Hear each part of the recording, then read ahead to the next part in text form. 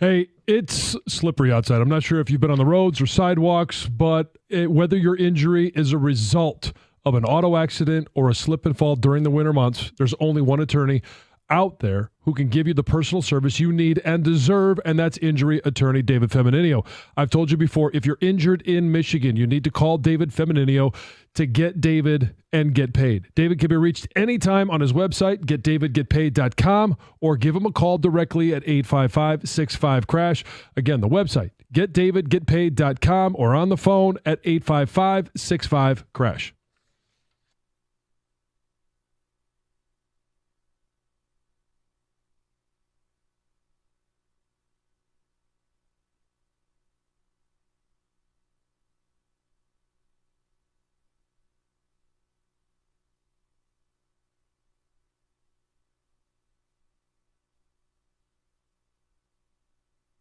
Two 248-539-9797. Stoney and Jansen, be careful out there. It is slippery, snowing. So yes, we don't need anybody getting any accidents, getting any injuries, because there's football to get excited about in this town on Sunday, right? Oh man, is unbelievable. Mm-hmm. We are hosting now our second playoff game, and one in the same season. In the same decade. Yeah. and you know, in the same century. Yes, we're going to go that far. But it's the one where the Lions were favored last week. They came through. They won. Didn't cover, but they came through and won. That's all that really matters. Yep. And now they are favored by even more in the divisional round. And we've talked about this all offseason, the preseason, regular season, the potential for this team. And we're very cautious. All in every one of those phases, very cautious about where the Lions could be. And there's been a few things that have happened in their favor. All right. They don't have to go on the road, even though we would have relished the opportunity to pay back those Dallas Cowboys. Yes. And you and I would greatly appreciate on another level the fact of beating the Cowboys in Dallas. Oh. But they lost. They got destroyed by the Green Bay Packers.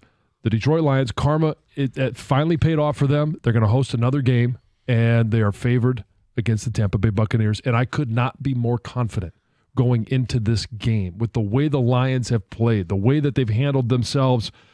I can't wait. I'm beside myself with excitement. Because you don't hear anything, not that it makes a difference, because you've told me 8,000 times over the last 3 years what they say in the locker room, bulletin board material, it's all BS. Okay? Yes.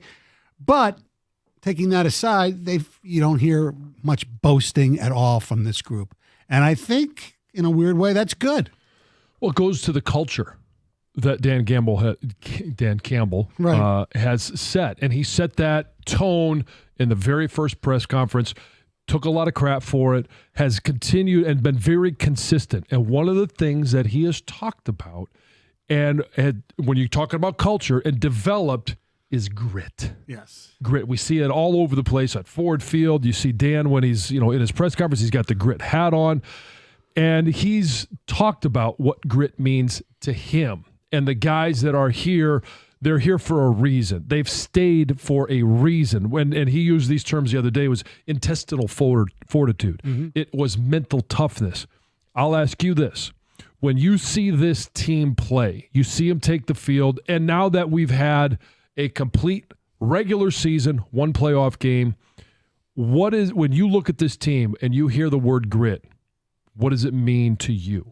Well, it's interesting because we've had this debate more about Michigan than the Lions over the years. But to me, when I hear the term grit and I watch that team play, you know what I see? Steak.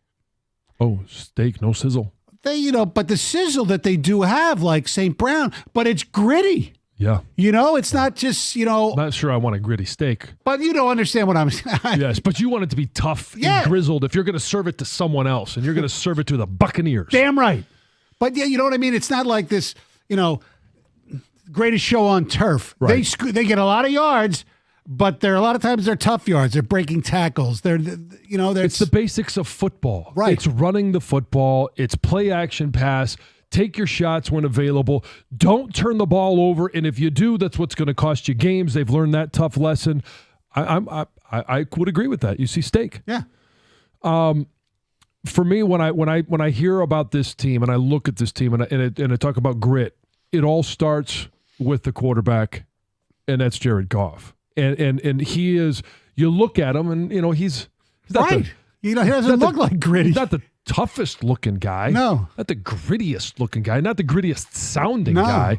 But early on in the season, we talked about it. It was an interception. He hadn't thrown one in 380 pass attempts, whatever it was, setting, close to setting a record.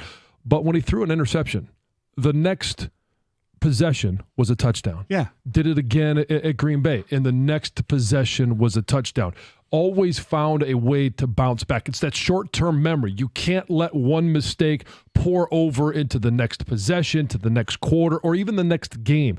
And there was a moment in this season where we started to question, could they actually be a really good team? And it started at Thanksgiving. What we actually started the week before, right. The win against Chicago. And even in that one, it was a gritty performance. Things didn't go well for 58 minutes. He had, 3 interceptions in that game? And then 57 minutes. And then with 3 minutes left, took them on 2 scoring drives to win that game. Helped out a little bit by the Chicago Bears and no poor doubt. clock management, but they took advantage of it. And that's what gritty teams do. They take advantage of your mistakes, and they turn it to their positive, and it's poured over to the rest of the offense, and it's poured over to the rest of this team. Yeah. It's a very gritty team because they don't let one mistake bother them. And you could say it's mental toughness, intestinal fortitude, all of those different things kind of mean the same thing, but it pours itself out, and you could see it when you talk about having that short-term memory and being able to overcome some of those mistakes. 248-539-9797. When you hear the term grit associated with the Detroit Lions, what do you think of? Why are they the gritty, grimy team that they try to be? Yeah, in your estimation, how has it manifested itself in this version of the Detroit Lions? And it kind of goes to why this version of the Detroit Lions is different than in large part for the last 60 years, the last 6 decades. Yeah, 248-539-9797. The other thing is, now there are exceptions to the rule. Recently, more the Kansas City Chiefs than anyone else. And the Rams to a certain extent. But look at all the Super Bowl champions over the last, 15, 20 years. Most of them, not all of them, obviously. That's what they do. Run the football, good defense. Mm-hmm. Look, you had the greatest show on turf, the early part of this century.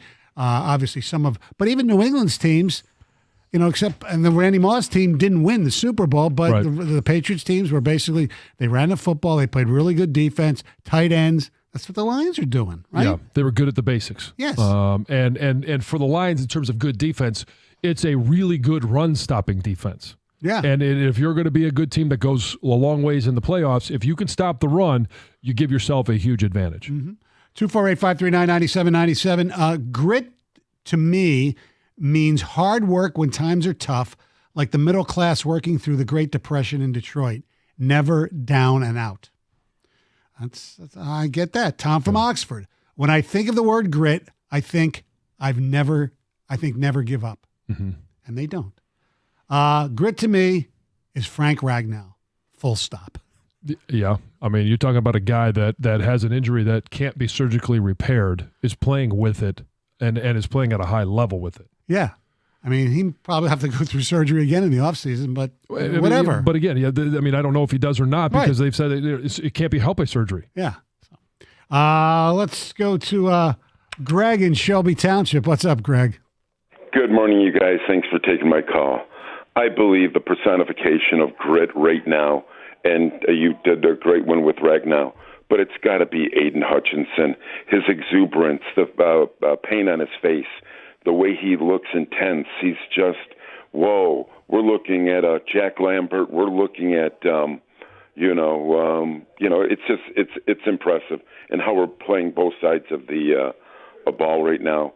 I just, like you guys, like John said, I just cannot wait. This is just, we should have no problem beating Tampa Bay. Hopefully they're listening. Hey, Tampa Bay, you're going to lose. I got to think positive. You know how that. Yeah, I know you are, Greg. You always are. Yes. And we appreciate that you do have a positive attitude. Yes. And I think Aiden Hutchinson is one of those guys that you could point to that he goes out there and he lays it all on the field. Yes. You could want more. Maybe you want him to play a little better. There's a lot of people that land differently on Aiden Hutchinson, but you can never question, ever, anytime he's taken the field, whether it's been in Ann Arbor or at Ford Field or anywhere that the Detroit Lions play, you can never question his effort. 248-539-9797. What does grit mean to you? And have you changed your expectations for this football team heading into Sunday?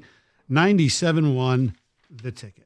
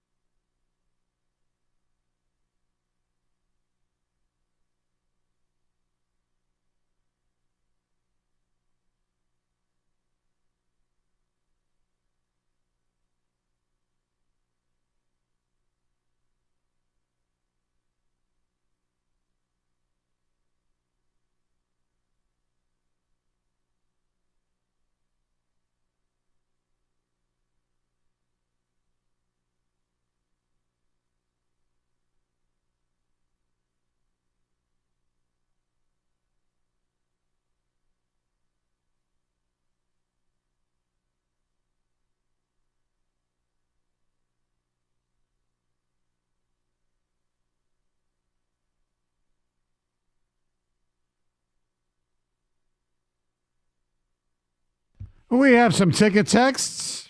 What does grit mean to you? When I think of grit, I think of Aiden Hutchinson and St. Brown. Those guys are the perfect example of the philosophy this team strives for. St. Brown's a great example. Mm-hmm. They're gritty because Coach Campbell embraces crisis situations, all the fourth and shorts, going for two, etc. Another phrase I've heard, we're built for this. When in crisis or backed in the corner, they don't panic or fall apart. Campbell and Holmes never lose sight of the big picture. Live or die embracing and growing through crisis. Grit. That's from Vito in a truck. He's right. Mm-hmm. Vito is absolutely correct. When I think of the Detroit Lions and grit, I think of Stoney's wife, Cindy, out there shoveling the snow off the driveway while her husband plays on his phone. Yes, it's warming up the grill, getting ready to cook those steaks. Yeah. Mm-hmm. Offensive line is grit. Clearing off the windshields. Grit is John Wayne sitting on a horse wearing an eye patch and shouting, "Fill your hands, you son of a bitches." Oh. When I think of the Detroit Lions and grit, I think, I read that one already. Grit is just one of the many idiotic buzzwords the Detroit Lions have created over the years. Or you could call it whatever you want, all right? But it's certainly not dagger time. No. Grit is the team going for it on fourth and believing they will get it every time. Grit is the team staying together through all the ups and downs. Just some dogs out there, Adam, out there. Grit equals G-U-T-S, guts, R, resilience, I, intensity, T, tenacity. That's from Kevin in Riverview. Yeah, well done. Yes. Grit means getting down and dirty, doing the little things no one else is willing to do. It's outworking the guy next to you. That's from Dan. Not Dan Campbell, I don't think. Mike and Livonia, you're on 97 won the ticket. Dan's probably listening. Yeah. Hey, good morning, guys. Good morning. You know what? Grit to me is how hard this team hits, especially the secondary. They may not be the most talented yet, but I guarantee you other teams coming over the middle, they know they're going to get hit. And one play that kind of sticks out to me was a Tampa Bay game where Craig Reynolds came from off the screen to block for Amon-Ra on that touchdown play. And I don't think I've ever seen a Lions team with that kind of effort. And you'll take notice right now, other fan bases, especially on social media, hate us right now just because of the way we hit. Take the Kirby Joseph hit on Higbee, for example. They're calling it a dirty hit. But this team hits hard. No, I was just going to respond. I mean, I know, especially since it's happened twice. It happened against T.J. Hockenson, and it happened again this past weekend. But it's not a dirty hit. It's about the only place that you're able to legally hit a receiver. Yes. And the tight ends are receivers at that point. Right. If you don't like the play, the NFL should change the rule. Yeah. Open up the opportunity to hit somewhere else. Yes, exactly. It doesn't have to be the head. Yeah. Agreed, and it just seems like everybody on this team hits, and they hit hard, and when the opportunity is there, they take it, and I have to assume other teams know about that and get a little alligator arms. Yeah, maybe, hopefully, Mike Evans and Godwin and Otten, those guys will have alligator arms on Sunday. Because, yes, the Lions do hit hard, and look, and that's Dan Campbell played football tough as hell. Aaron Glenn was a tough SOB. He's a defensive little dude, back. And to be able to make it as long as he did as a player in the NFL, yeah, you got to be tough. Yes. By the way, I was just checking Ticketmaster to see what the ticket price is. Oh, yeah? Are they going down? Maybe a little bit. There's the cheapest in the lower bowl. In the corners, $600. The cheapest. Upstairs, like section 340, $475. So what's a 50-yard line ticket going to set you back right now? Well, lower bowl. Lower bowl right now, $1,300 is the cheapest. Oh, that's not too bad. Oh. I mean, I'm not going to pay it, but yeah, it's not too bad. Yeah, I was seeing ones earlier in the week that were right around like $3,000. I know. Well, there are probably some of them too. But yeah. If I click on that particular section, but yeah, those are the cheapest I could find. William in Southfield, you're a 97 on the ticket. Hey, how you guys doing? Good. William. Hey, I just want to explain what grit is. I think it starts with the coach. When he got hired, remember he come up taking kneecaps off? Mm-hmm. I think with the general manager, Holmes, I think they got the personnel to have his same personality, his same persona. I think Detroit is just like that. When you get knocked down, we get right back up. And I really and on top of that, the fact that he owns up. I mean, if he go for it on fourth down or make a fake punt or something, if it goes right or wrong, he owns up to it.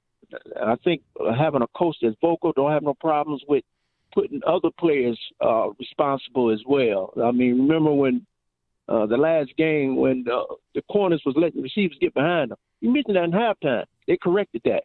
Now they made sure they stayed in front of them. Mm-hmm. You're right. I mean, and they're not afraid, and then to make changes either. I mean, they fired their offensive coordinator in year one. Yeah, Anthony Lynn. They fired their secondary coach, Pleasant. Yeah. In year two during the season. So, and that's not an easy thing to do. It's not, and as a leader, you got to make those tough calls. Yeah. Make tough choices. They might not be popular with everyone. No. But you've got to do what's best for the team and the organization. Let's go to Lake Orion. Tim, good morning. You're 97 on the ticket. Good morning, guys. How are you today? Good. Thank you. Good. I love the grit. I love this Lions team, but I have another word, and it's love. I've heard this team talk about love and each other, and when you have that too, that these guys don't want to let each other down. And I am so excited for this team. It's just wow. I kind of agree with you. However, they're not alone in this. Like I said, I've been watching Hard Knocks the end season, and there's a lot of love that they showed for the Miami Dolphins in their locker room, even when they got eliminated. So that's not exactly a foreign concept, especially the teams that are succeeding. Well, no, you've got to be a really good team to be successful at any level. Right. And, doubling down on that whole concept of grit along with it, love for, your teammate, your coach, your coach for the players. When we were interviewing we had a conversation with Dan Miller, the voice of the Lions. Mm-hmm. He brought up something really, I thought, interesting when you talk to Dan Campbell about what other teams do well. And, they play Dallas, and it's the pass rush, and it's Micah Parsons. And he talks then, in glowing terms about what they're able to do, but then he finishes it with, but I like our guys. Yeah. I mean, that in and of itself is, okay, we know they do something special. Right. But I like how we match up. I like the guys that we have on our roster. I like that matchup for us. Let's go to Josh calling us from Warren. Good morning, Josh. How are you? Hey, guys. Yeah, mine is guys like J-Mo. Everybody thought he was a lost cause, a deep threat. He was a diva, didn't want to be here. That guy goes across the middle. He gets double-teamed. He catches tough passes. He gets hit, gets right back up.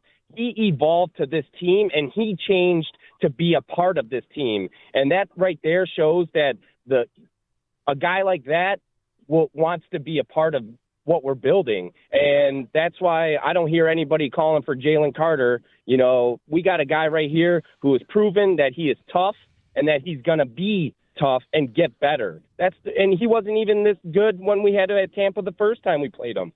So now how tough is he going to be this game?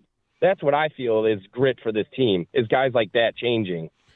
And that's how J-Mo earned more time on the field, was being able to go out there and do all the little things. You didn't draft him to be a blocking wide receiver. No. But he did that to earn the trust of Antoine Randall, to earn the trust of Ben Johnson, and ultimately Dan Campbell to more time on the field. And the trust of Jared Goff. Now, he doesn't get thrown the ball as much as he probably would as most wide receivers, but he's bought in, makes great blocks. I mean, I believe last year he was actually a gunner at one point for a couple of punts, right? Yeah, and here's the other thing is, when you're talking about just being a good team, and J-Mo probably would love to have the ball thrown to him more. Every receiver would. Every running back would like the ball more in their hands. But he doesn't bitch and moan about, I don't get the ball enough. No. And he's the one that is talking about how great it was to hear the fans chant Jared Goff's name. And that when somebody makes a big play, he wants the fans to do that again this week. That's a guy that has matured and is all in on winning games. And whatever it is, if it's one catch, at some point it's going to be 8-9 catches. Yeah. But when called upon, you're there to do what's asked of you. And just do what you did last time against Tampa. Catch a big touchdown pass. Yep. Some more ticket text. Grit means they don't phone it in. As far as hitting goes, we are praising hard hits, but please remember that when our guys are hit hard and get hurt, please remember that. That's from Audrey in Ann Arbor. I don't think we've ever complained about that. No. Grit. Go roar intensely together. Should be the fan motto for Sunday. To me, grit is the indomitable human spirit. It's the power of human will and perseverance against the indifferent cruelty of the universe. Let's go Lions, win a bleeping Super Bowl. Woo! When I think of grit in the Detroit Lions, I think of pearls. Without gritty sand particles rubbing together, an amazing pearl cannot be made. The more gritty sand rubbing together, the bigger and better the pearl. Each member of the Detroit Lions team is a piece of gritty sand that works together to create something spectacular. That's from Gina from Wyandotte. Also, there are other things you can create from pearls, too. When I look at our beloved Lions, there are only 3 words that personifies grit. Dan frickin' Campbell. Let's go Lions. That's Big John from Royal Oak. Our telephone number is 248-539-9797. The jewelry portion of the program is over. Football, the playoffs are here, as you know. Let's dive into the best pool in history, Stadium Swim, located at Circa Resort and Casino. Catch all the biggest games at a viewing experience built for us sports fans. Chill in one of our 6 pools on 3 different levels for a perfect view of the massive 40-foot tall high-def screen, Stadium Swim. It's America's favorite place to watch football. You got swim-up bars, instant-ready selfie walls, one nonstop football party. Score your perfect game day spot with cozy daybeds, private cabanas, or grab a lounge at the center of the action. Reserve your place today. 365 days of sports. It's downtown on Fremont Street. It's crazy downtown. It's great. Love the Circa. Book your spot at Stadium Swim today. All sports, all seasons. Book at circalasvegas.com.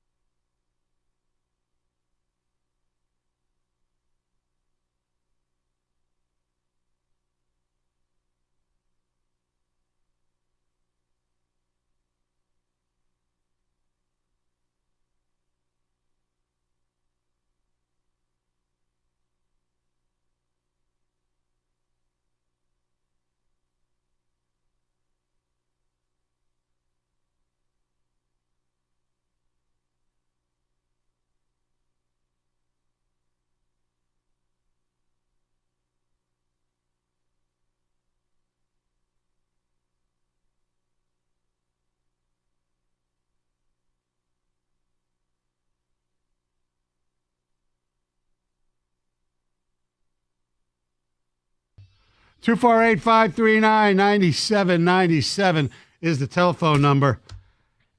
What is your biggest concern heading into the game? It's just going to be giving Tampa an opportunity that they didn't earn or deserve. It's a fumble, it's a turnover, it's a dumb interception. We almost had that against the Rams. Jared Goff was, technically in the grasp, but they don't have that one anymore. So he tried to get rid of the ball, and it wasn't a pass, it was a fumble. Fortunately, the Lions fell on it. They were able to overcome a second and 25. But that's my biggest concern is that Tampa doesn't come in here and beat the Lions. The Lions beat themselves. Mine is whether they'll be able to handle the blitzes. That's all. I mean, if they can handle the blitzes, they'll win the football game. I'm pretty confident in, and we talked about this yesterday, Hank Fraley, Mark Brunell, Ben Johnson, that offensive staff of being able to get the offensive line and Jared Goff, most importantly, those two parties on the same page. And then it's Frank Ragnow in the moment making the calls, making the right call, even if it's the wrong call. As long as Jared Goff knows where the offensive line is going, he can get rid of the ball. Yeah. The other thing is, on the other side of the ball is the big plays. They've given up some big plays against really good receivers, and the Bucs have some pretty good receivers. But in terms of concerns, they've been able to give up some of those big plays and still win those games. Right. I mean, I hope they cover because we all picked them to cover, but just win by 1 point. I don't care. Survive and advance. I mean, that's the cliche for the NCAA basketball tournament. And to me, it's with any tournament. You don't care how you do it, as long as you don't get, important people, hurt. Yeah. Just get to the next round. Yeah, it's any of those single elimination tournaments. All right, it's different in baseball because you got a 5-game series, a 7-game series. Basketball, same thing. But in those single elimination tournaments, it's simply survive and advance. Yeah. And take whatever next opponent is. Yes. Then you deal with it at that time. Exactly. Ron and Novi are 97 on the ticket. Yes, sir. I was thinking, man, the first half, that was the beautiful first half I've seen the Lions play all year. But that third and fourth, we got to get some points. We can't just depend on that defense to take us home. I think offense has to take us home, and we got to get more than 3 points. I don't care if it's a Tampa game, and we make it to the next round. We got to get something in that third and that fourth besides 3 points. Well, you're right. That was an anomaly. Well, not the third quarter, but the fourth quarter. The fact, if you tell me before that game you're going to score 3 points in the second half, you're going to win the football game, I would say no. Right. Conversely, though, Ron, if you would have told me you're going to give up 6 points in the second half, I'd feel pretty good. Yeah. I feel pretty good about that too, but like I say, each round it gets harder, and 3 points ain't gonna take us home. We can't keep depending on that defense. Yeah. That's all I'm saying. Yeah. We can't keep depending on it. Yeah, and I think what else Ron is trying to say is it's going to get harder. Your margin for error is much smaller every round that you go. John, when you played, what type of I know it's a lot different now. What kind of nutrition did the team provide for you guys, and stuff that you guys wanted?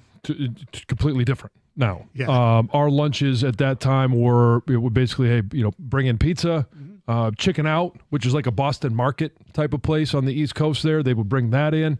We didn't have cafeterias at that time at Redskin Park, as it was named. I don't know what it's called anymore, Commander Park. But it was Commander's Center, maybe. It was something along those lines. And I think I've said this before. My pregame meal, I could never go on the field without a full tummy. Didn't like being hungry, and it was I would always have a dozen hot wings, and then whatever's left over from dinner the night before, generally pizza. Before the game, yeah. Wow. And this was after warm-ups. I'd come in and be like, man, I'm really hungry. Well, the Baltimore Ravens do something a little different. Mm-hmm. According to the Ravens Director of Sports Nutrition, Sarah Snyder, she supplies the team with healthy snacks throughout the season. Okay. To carry them between practices and meetings. And over the course of the season, Ravens players have gone through 6,200 sticks of beef jerky. Okay, healthy snack. 3,600 snack bars, 2,850 energy chews, 1,800 bags of sunflower seeds, 460 energy bites, and 7,500 Uncrustables. Is that a healthy snack? I don't know. It's a snack. It's a snack. I'm pretty sure. What was the name of the nutritionist? Sarah Snyder. Pretty sure she was at Michigan. Well, she might be. John probably stole her from Jim. Not that it really matters. No. But I do remember. I'm pretty sure Sarah Snyder was at Michigan. Which, Michigan sent somebody to Baltimore. Yeah. Right. No way. Yes. There seems to be She'll be back in Ann Arbor a soon. little give and take there. Yes, exactly. Uncrustables to me, it's just a kid's snack, right? We didn't have time to make your real lunch. Yes. Throw it in the. It literally plays that role. It's a role player in our house. The Uncrustables sit in the freezer. Yes. And when there's a delay in the morning, or we ran out of stuff to make sandwiches, or throw a couple of those in there. And Uncrustables is the call. Your money. Yes. And they're really the good. emergency break glass. Yes. Lunch. Yes. Absolutely. Yes, you hear the dulcet tones of one Doug Karsh. Carson Anderson coming up next. Well, how are you? I'm great. I can't wait, man. We've never done this before. The Friday before a divisional round playoff game. Right. In my radio career, back in TV. Which is a long time. Yeah. Back working in TV in the 80s in Washington, it was like a big deal. Every year thing. No, we're loving every freaking second of this. Yeah. So, yes, we'll preview the game in depth and get our predictions in, get the people's predictions in. Cannot wait. All right. Cannot wait. Carson Anderson are coming up next. Have a wonderful weekend, everybody. Stay safe out there because the conditions are not great. Go frickin' Lions! Roar!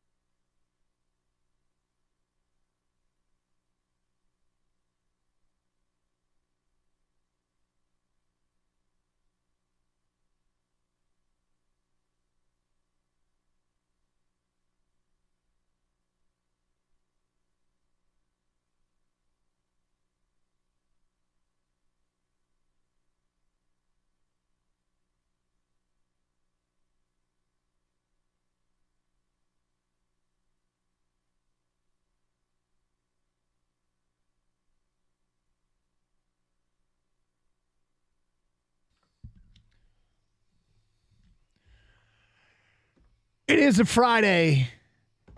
It's a playoff football Friday. And the Detroit Lions will play a second-round playoff game at home this coming Sunday. LFG. Doug Karsh alongside Scott the Gator Anderson. Are you ready for this, my friend? Well, let's see. Doug, I was a young man in my early 20s, when the Lions won that playoff game, I was all excited. Thought things were going to go really well for years to come. The battle between the Lions and the Cowboys was going to rage on for the decade of the 90s because we saw it firsthand here in Detroit. Barry Sanders, Emmitt Smith, Troy Aikman, Herman Moore, Chris Spielman, all of it. It looked great. It was all set up. Alas, it was not to be. The Cowboys went on to win 3 Super Bowls that decade. The Lions, not so much. We thought maybe we resurrected things when they signed Scott Mitchell. He had a hell of a season. 4,500 yards passing, 32 touchdown passes. Here we go. Not so much. Then they drafted Stafford after going 0-16. Worst team in the history of the NFL. They get the top pick overall. Here comes Mayfield. They have some good seasons. They have some bad seasons. They make the playoffs only 3 times in the 12 years that he was here. And they went 0-3 in those playoff games. Then the trade. New regime, new coach, new owner, new GM, new everything. New angry eye, the whole bit. New quarterback, Jared Goff. And what happens? It takes a little bit, but about halfway through that first season, things started to click. Dan Campbell called him out. Jared Goff starts playing really, really good football. He's working with the rookie. Amon-Ra St. Brown is showing up. Penei Sewell is playing on the right side. What? But he's a left tackle. He should be playing on the right side. We should switch Decker. What are we doing? Trade? No! Decker's getting it done. Sewell's getting it done. That offensive line looks good. Can they stay healthy? Let's go to year 2. Add Aiden Hutchinson. Here we come. Add some more players. Here we come. 1-6 start. Oh, crap. No. Last 10 games. 8-2 down the stretch. The offense is spectacular. The defense giving up just 20 points a game and a quarterback average against of 80. We knew better things were going to come. The way they ushered out the season and ushered out Aaron Rodgers at Green Bay. See ya. We couldn't wait for the draft. Not 1, but 2 first-round picks coming our way. They make a trade. Ooh. Jahmyr Gibbs and Jack Campbell are the selections. Trust the process. Trust in Brad Holmes. Because in the second round, look who else is here. Sam Laporta. Brian Branch. Here we come. 12-5. That's what the fans wanted. That's what the fans got. 12-5. The listeners said yes. Here we come. We're all chesty about this. We're going to win the division. And handily. And they did. Hosting a playoff game for the first time in 30 years. And what happens? They win against Mayfield. Put SOL to rest. Put it all to rest. Let's go. Oh, my God. Did the Packers beat the Cowboys? The Lions are going to get a second playoff game? Yes. And that happened Sunday against the Tampa Bay Buccaneers, whom they already played, whom they already spanked on their field, and now it's coming up here in our cold. Though we play in a dome, but they should figure that out. We got this, man. We got this. I can't wait. I cannot wait for Sunday. I was there last Sunday night. I know how loud and explosive it was. The crowd was electric. That definitely affected the balance of the game. Thank you, crowd. Let's do it again. Let's run it back. Let's make Baker Mayfield look like the Baker Mayfield we all know and hate. Not this new respectful Baker Mayfield. Forget that. Get after him. Here come a host of players back to the team that weren't there that first time around. Jonah Jackson, welcome back to the offensive line. Jahmyr Gibbs, welcome to the running game. Hey, Montgomery, you want to play the whole game? Good. We do too. Where's James Houston? James Houston? Didn't he have 8 sacks in 7 games last year? That guy? He's back. Yes, he's back. Baker Mayfield watching film, and he's going, who the hell is Fetty Melifonwu? I didn't see this guy before. That's right. You're damn right you didn't see him before. He's there now. Who's this Vildor guy? The hell is that? What is he, from a Harry Potter movie or something? What the hell's going on? Yes! Upgrades all across the board. Guys that didn't play the first time around are going to play this time around, and that team already smoked them? You're damn right I'm Chesty. I love this opportunity for the Lions. Who knows what happens in the other games? Don't really care right now. All that matters is what happens with the Lions, and they should win this one and win it handily. I love it. So the Lions have won 21 of their last 28 games. Wow. For the first time in franchise history, the Detroit Lions will play a 19th game in a season. The Lions are now one game away from being one game away from the game. Wow. And they're favored. And the question is, can they do the unthinkable and get to the game? It started last week with a win over a very good Rams team. Now you've got a Tampa team coming in that's playing better, but they have their share of weaknesses. Everybody does. Are they ones that Detroit can exploit? All things we will discuss today here on the Carson Anderson program on 97.1 The Ticket. And Gator, Doug, we're going to get predictions in, and we're going to give ours a little bit earlier than normal. And we want yours as well. It's the Lions and the Tampa Bay Buccaneers for the right to go to the NFC title game. And who's going to be there? A whole bunch of us in Metro Detroit. And who's going to watch it? All of us in Metro Detroit. And it's time, man. It's time to break new ground, to blow the roof off this thing, to do things that have not been done before by the Detroit Lions. 2 playoff wins, and then who knows? Who knows? Who knows? Who knows? Who knows? I mean, we'll know a little bit because the other games are being played Saturday, but we'll know something. But who knows? But who knows? It's all there for the taking. We're in the mix. We're in the dance. And we're worthy of being here. And what I think is going to be the biggest home field advantage in all of football, it's time to take advantage of it.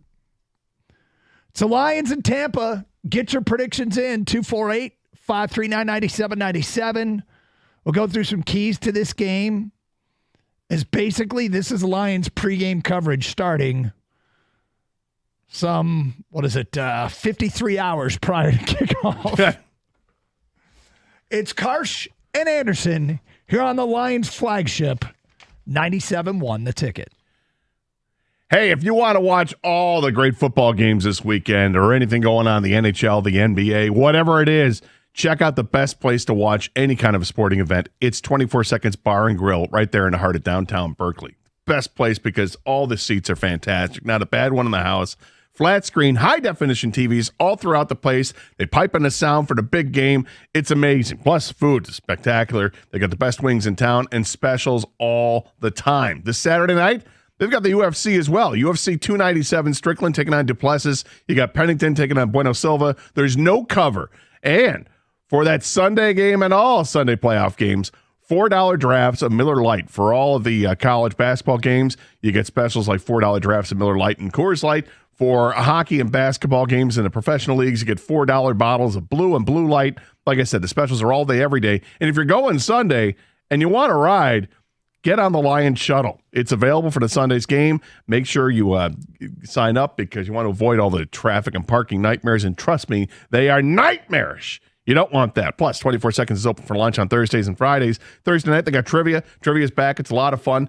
Go to 24 Seconds Bar on Twitter, Facebook, and Instagram and check out everything they've got going for them. And the service is just fantastic. Like I said, the food's great. Check out the specials and all the happenings at 24secondsbar.com and grab a taste of the action for yourself. My favorite place to go, 24 Seconds Bar and Grill, right in the heart of downtown Berkeley.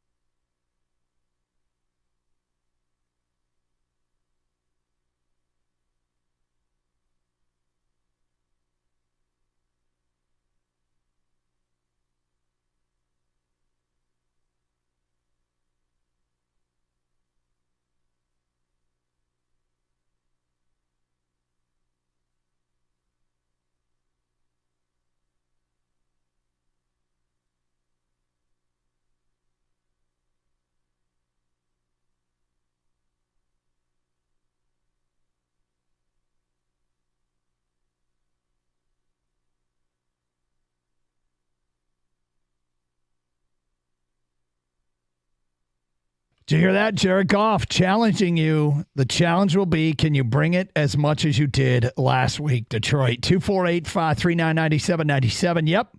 The home field advantage that the whole world is about to find out about, and we already know about. It is legit with the Detroit Lions. And hey, man, it's an exciting time. It's a very exciting time. So let's get into this game here a little bit before we get to your phone calls.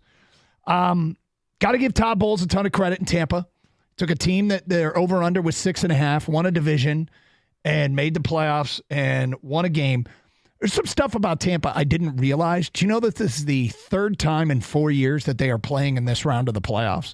Now, part of that is the division that they are in, but they've been there. They've done this. Tampa? Yeah, they're accustomed to it. They also had, the GOAT. They did have the GOAT. But I was also thinking about Tampa's teams. They were really good. The Lightning are good. Yeah, they're good.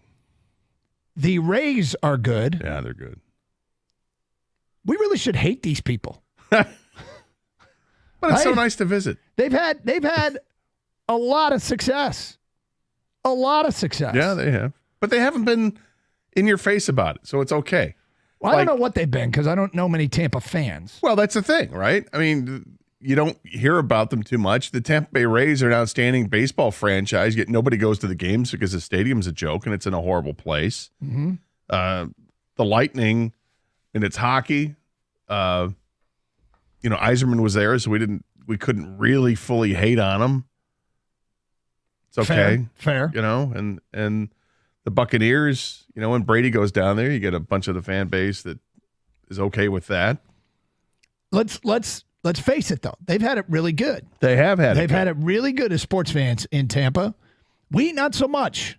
So F these people. Let's go. All right, so here's something else they're saying in Tampa that we are saying in Detroit that I haven't given much thought to. But again, they're saying the exact same thing we are, which is the following, Gator. If Green Bay upsets San Francisco. Oh, boy. And we beat Detroit, we host the NFC title game. Tampa's in the same place. Right. They get to host the NFC title game. If what we're asking for, if Saturday Green Bay beats San Francisco, Detroit and Tampa are not only playing for the right to advance to the NFC title game, they're playing for the right to host the NFC title game. So that's another added layer of motivation. Now, as far as what's going to happen on the field, what did the Rams do in the second half, and was it a blueprint that Todd Bowles, who's made a name for himself as a DC in the staff and as a head coach, still calls the defensive plays? What is Todd Bowles going to glean from the Rams' second half defensive game plan, if anything, to throw at Detroit? Well, I think something the Rams did better in the second half than what they did in the first half was stop the run. And it's something that Tampa Bay did very well. I think they held the Lions to a season low in rushing yards that game, like 40 yards. But again, no Gibbs, and Montgomery was gone after a little bit of time because of an injury. But nonetheless, that's some way where you can try to keep things even there. Because if you can stop the run, then in theory, the play action passing game should not be as efficient. In theory. And Jared Goff's the best at play action passing. So that would be, I think, a way for Tampa to try to capitalize on it. You want to get pressure on the quarterback, but it has to be more than pressure. I mean, you have to rattle Jared Goff, and he's not easily rattled. Nope. Unless the pressure comes and it's constant, like you've got 5-on-4 and that one extra guy gets through every time. And we've seen that this year. We have seen it. And when we see it, it's disastrous. It typically doesn't happen at home. And it also doesn't happen when the offensive line is intact. And here they are, intact again. And I think they're 7-1, or is it 8-1 now with that offensive line intact. And the one loss was to Dallas. Well, it's something, that I'm intrigued to see. Bowles is really good defensively, and he'll hit you with stuff that you didn't see before. Tampa's defensive game plan against Detroit is probably going to look absolutely nothing like it did the first time. And just ask the Eagles. The Eagles earlier in the year played Tampa, went down to Tampa, and rushed for over 200 yards on 5 yards a carry.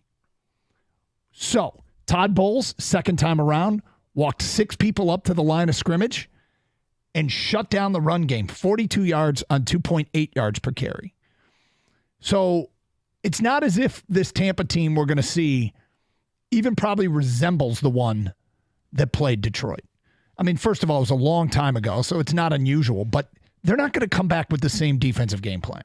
No, they're not going to come back with that, but I think it's also fair to note that Philadelphia is a shell of what they were before. They are, and Tampa took advantage. Yes. Yeah, they certainly did. Philly is a mess, and Tampa took advantage. Detroit is no mess. Yeah, and this game is here in Detroit. There's a lot of things I think most fans would come away and say, I'm going to guess that 95% of the fans are going to say the Lions going to win, and they may win handily. But we're trying to, if we're trying to craft the way to be concerned, like where can Tampa take advantage of it? It's they have to force the Lions into making mistakes. And how do you do that? Well, you rush things along. You force the quarterback to throw the ball before he wants to. And that can be disastrous. Or you get home on those blitzes and you hit them. And if you hit them, the ball can come loose. The Lions can't afford self-inflicted wounds like false starts, holding calls. Holding calls are killers, man. That 10-yard penalty is an absolute killer. Pass interference, it's kind of like subjective. Sometimes you have to do it because you're going to get burned anyway, and you want to prevent the touchdown, so you go ahead and do it. Other times, you just need to err on better judgment. But don't shoot yourselves in the foot. 248-539-9797. We've got the prediction sheet ready to go to get your picks in for this one. It's the Lions in Tampa, second round of the NFL playoffs. Let's go to Tommy here on 97.1 The Ticket. Hi, Tommy. Hey, Doug. How you doing, Gator? What's happening? What's up, Tommy? Hey, not much. Hey, my prediction. I got the Lions 31, Tampa 13. Wow. So a lot of threes and ones, kind of like the M313 deal, 31-13. And, I've been watching Comcast has been playing. Hey, Doug, you're not a big movie guy, but did you ever see the movie The Replacements? No. You never saw the football movie, The Replacements? Nothing should surprise you. Don't let it shock you. Yeah. So Shane Falco was the character. Right? Keanu Reeves is the quarterback. Shane Falco. Gene Hackman was the coach. Shane Falco. Yeah. Remember that scene, Gator, when they're in the bar and they get in the fight? Martell shows up, and he's like... That's the other quarterback, yeah. And then Danny shows up from... he's the linebacker for The Replacements. He's got the bottle of whiskey in his hand. And John Favreau Falco says, he said, "Hey, Danny, remember what I said about red shirts in practice? Forget about it." And all hell broke loose. They beat the hell out of the pros, I love that movie. I think that's what's going to happen this weekend. I think the Lions are going to just kick some butt. There you go. It'll be like that Martell moment where Martell got his ass kicked. That's what they're going to do to the Bucs. Gator, do you see this comparison whatsoever? No, but I love it. Okay, there you I go. love that it went there. I love the replacement. All right, so he picked 31-13 because he thinks there's going to be a Martell moment. Got it. 248-539-9797. That's crystal clear. We go to TJ next up. What's up, TJ? Good, guys. How you doing? All right, TJ. Yeah, I just literally landed last night from New Jersey. Lifelong Lions fan, paid $1,800 to sit in Section 102. Wow. I am ready, not for the game, but for the celebration. It's going to be a whooping. I'm talking 35-10. This is exciting. This is what we live for, these moments. Well, 35-10. I mean, look, Detroit, I think this has the makings of being a game like that. If things go the way that I expect them to go, but football's crazy, sports are crazy, but I'm hearing you. I think this matchup really favors Detroit. We all know what happens when the blitz gets picked up, and that's Todd Bowles' game, is the blitz. But our counter is our offensive line, and because we're healthy, we're going to be ready to go. Once we pick it up, we're going to have guys running free all along the back end of their defense. And watch for J-Mo, obviously St. Brown, Josh Reynolds is going to get a couple of those contract bonuses he needs. Everyone's going to be celebrating. So let me just make sure this. You spent $1,800 on a ticket or 2 tickets? Each ticket was $1,800 because I'm in the front of the section. Okay, so and that's I'm right at the all goal way in line. from New Jersey. I'm not sitting up in the 300 level. I think I'm in row 8. Yeah. And you're right. You're right at that goal line. The Lions sideline. Yeah, because I want to see the entrance right there. Yeah. Like I said, I also paid. It was $400 each flight ticket. Oh boy. So. Hey, you're invested, my man. You leaned into this one. Yeah. Good for you, TJ. 248-539-9797. Get your predictions in and the reason why you think it's going to go the way it's going to go. We'll get to some keys when the Lions have the football today at 10:35. It's Karsh and Anderson, 97.1 The Ticket.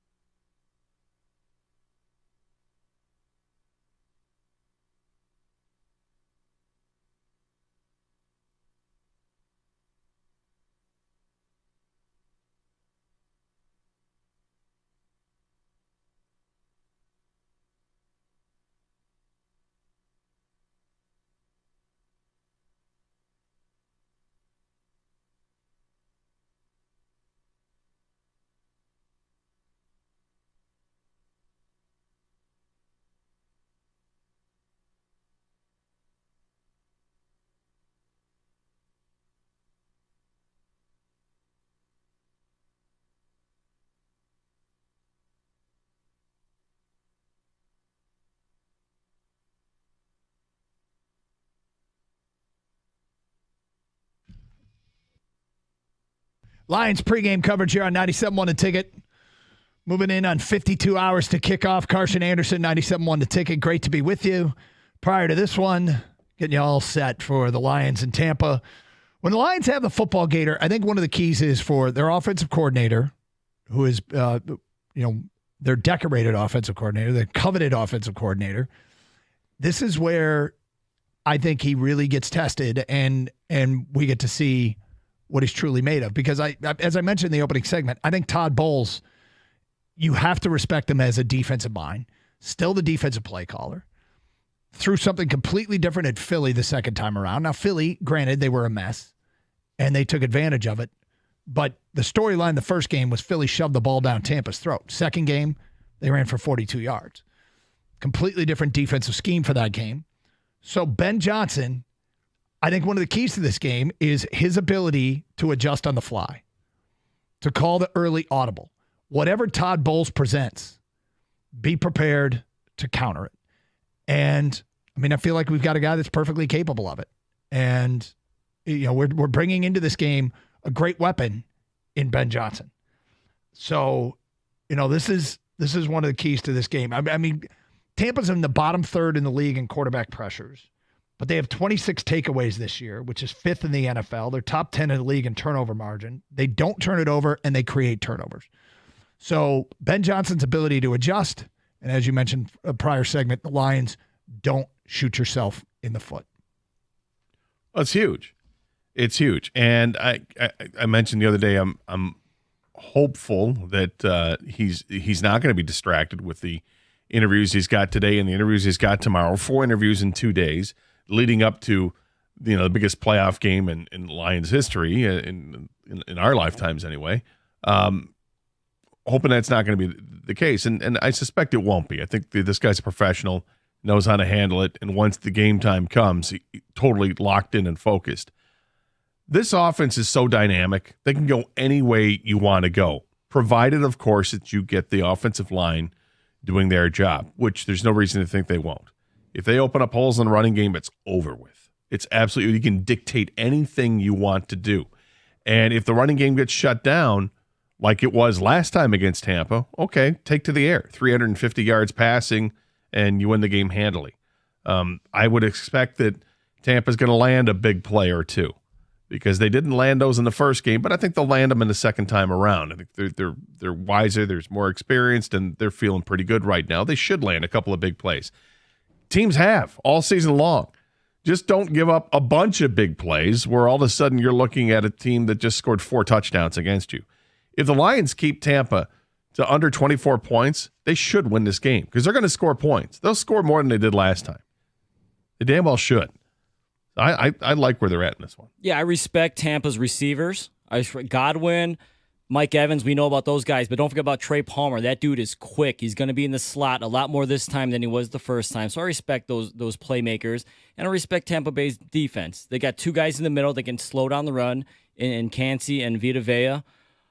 Their secondary, Antoine Winfield's an all-pro type safety, okay? So I respect those guys. But with that being said, everything on paper, everything on film tells you the Lions are just a better team than the Bucs. Baker Mayfield's probably the key, as if he can get those playmakers the ball on offense. I'm with you, Gator. Keep the big play out of it. As long as you keep the big play out of it, make them drive down the field, I think you'll be all right. Offensively for the Lions, just keep doing what you're doing. You can beat them on the ground, through the air. This offensive line's healthy this time, which they weren't the first time. Montgomery's healthy this time, which he wasn't the first time. You have Jameson Williams more seasoned. I like the Lions to just continue doing what they're doing on offense, and on defense, like I said, limit the big plays. I respect the Bucs, and when the game starts, it's going to be still ready, set, puke for me because it's a playoff game. But I honestly, like on paper, on film, they should win. They're the better team. There should be no doubt at the end of the game who the better team is. 248-539-9797. Let's get back to your phone calls. We got a Greg here next on 97.1 The Ticket. Hi, Greg. Hey, guys. Appreciate y'all taking my call. Appreciate you calling. We say down here, I've been listening to your station, this week, and so we stay down here in the South. Bless your hearts. Let me tell you, all I've been hearing is you guys are playing with house money this week. We're not going to let Baker Mayfield beat us. You guys are talking about putting up 30-plus points. The Bucs are going to roll over. Got the worst rushing attack in the league. Well, we've got 7 starters from the Super Bowl team that's starting on defense. We've got 2 guys that rotate in and out that were on that Super Bowl team as well, just on defense. You mentioned Cansey. Don't forget Yaya Diaby. These 2 guys are tearing it up right now. Mike Evans, Chris Godwin, our secondary receivers are just, killer. Our rushing attack, it sucks when we try to run between the tackles. But you get Rachaad White outside, you run him, and it's taken Canales 3/4 of the season to figure it out, but he's finally figured it out. You run Rachaad White in the C and D gap. Greg, question. Obviously, you're a Bucs fan, right? I am. Tampa native. How much do you think Tampa will win by? I think it's going to be a tight game. I think it's just going to be like the Lions-Rams game. I think it'll come down to Lions win. Who has the ball last, and probably. So say again. Lions win then. Whoever has the ball last, and it's going to come. Our kicker, I would say, I can't name a better kicker right now. I don't know how the Lions kicker is. So back to the question: How much do you think the Buccaneers win by? 3. Okay. Will you give me Detroit plus 2.5? It's going to be within 3. Will you give me Detroit plus 2.5? Will I give you? Yeah, I'll give you Detroit plus 2.5. Okay, I'll take it for your finest pale ale in the Tampa area. That would be a Bromosa. I just got a 6.5 point. I just got a 6.5 point favorite plus 2.5. I like it. He was a good guy, though. He was a good guy. That's a Bromosa. I like that. Yep. Listen, he brings up reasons why Tampa fans should be hopeful for this. He said a bunch of stuff that we haven't said. Yeah. I never said Tampa would roll over. No, well, we didn't say that, no. I don't know what relevance it has. Who was on the roster from a few years ago? Well, to me, the relevance is that they're older. That's what it tells me. Like, those linebackers, they ain't younger. They're older. Yep. But they're experienced. They've been battle tested and all that. Sure, I can understand all that. And I think this feels to me like a game that there will be a point where we're like, wow, well, that really wasn't much. For 15 minutes, there could be a stretch of time where one team dominates the other for 15 minutes, and then maybe the rest of the game it's tight. But that 15 minutes is going to determine who wins the game. I'm glad he called up because, as much as maybe you and I and a lot of fans think the Lions should win this game and will win this game, there is resistance and there is a pathway for the Buccaneers to win this. And that's Dan Campbell's job. It's Ben Johnson, right, and Aaron Glenn to show the players, hey, this is where they're good. This is where we stop them. This is where they're bad. This is how we take advantage and things like that. This is all, it's sports. And I'm glad he gave you the 2.5, Doug, because he believes his team is going to win. Yep. And he gave you the reasons why. Here's something else that I think is, and you look at the teams that are in the playoffs and still in the playoffs. Baker Mayfield has started every game for Tampa this year. Hasn't missed time, just like Jared Goff hasn't missed any time this year. The running back White has started and led his team in rushing every game. They have not had another running back or anybody else run for more yards in a game than White has. There's consistency there, and it speaks to the health of the team and why it's important to be healthy getting into the playoff season. I'm still chesty about this, but you can see pathways to why this game needs to be respected more. Yeah, look, it doesn't matter what we say. It matters how the Lions approach it. It matters how they see this game. And I'm pretty damn confident, but we've said it a ton, which he didn't cite at all, about how Tampa can win this game. Because, of course, they can win this game. Yeah, look, I think there was a ton of pressure on the team, and specifically Jared Goff, to go out and beat the Rams last Sunday night. A ton of pressure. And he handled it brilliantly. I hope that the feeling for Sunday isn't that a weight is lifted off your shoulders. Like, whoo, we got this now. Keep the edge. Well, the thing is, and put more pressure on yourself, because if you handle pressure like that on last Sunday, then put it on you again for this Sunday. Well, you watch fights like I do. There is an adrenaline dump that happens after the first round. Like last week, kind of maybe what it was like the first round, and then you come back to your corner. What do you got left? This is the next week, right? We're coming back, and you used everything. You were hyped up. You unloaded on the Rams. Now you're back down to earth. Now it's kind of like football. All those storylines that you hate, Doug, the Desperate Housewives of the NFL, all that stuff, that's out the window. This is straight up line it up, football. And I wonder a little bit in the back of my mind about the Lions reaching that fever pitch again. And I also wonder if the Stafford storyline helped them get to that fever pitch. Like, if it, in retrospect, did it bring out their best? Did it helped them take it to 11. It did for me as a fan. Yeah, I think for a lot of people it did. I think it definitely plays a role in it. 248-539-9797. More of your predictions coming up. Carson Anderson, 97.1 The Ticket.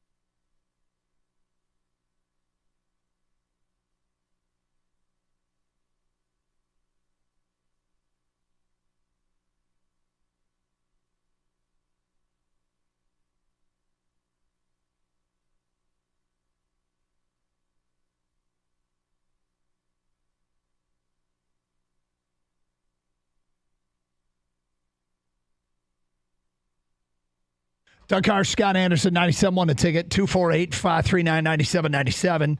Let's get back to your phone calls. We go to Joe and Novi here next. What's up, Joe? Can cautiously optimism be okay? Yes, of course. Are we allowed to be nervous? Yes. Because I'm nervous. Yeah, I'm nervous. Kang said it's a ready, set, puke game from the get-go. Again, of course it is. It's playoffs, man. I'm pacing around my house already. It's unbelievable. I mean, I'm 60 years old. I've experienced this one time, but it was a long time ago. We don't know how to act. Nope. I mean, this is all new territory for us. I'm nervous of Baker Mayfield just coming out of nowhere, playing out of his mind because he's capable. You got Mike Evans. He's a stud who dropped a couple passes last week, who's not going to drop that many more. So on paper, I'm not the guy that's going to say we're going to lose the game. We're not going to lose the game, I hope. But boy, oh boy, I'm still nervous. There's reason to be nervous. The stakes are super high. And our experience with this is zero.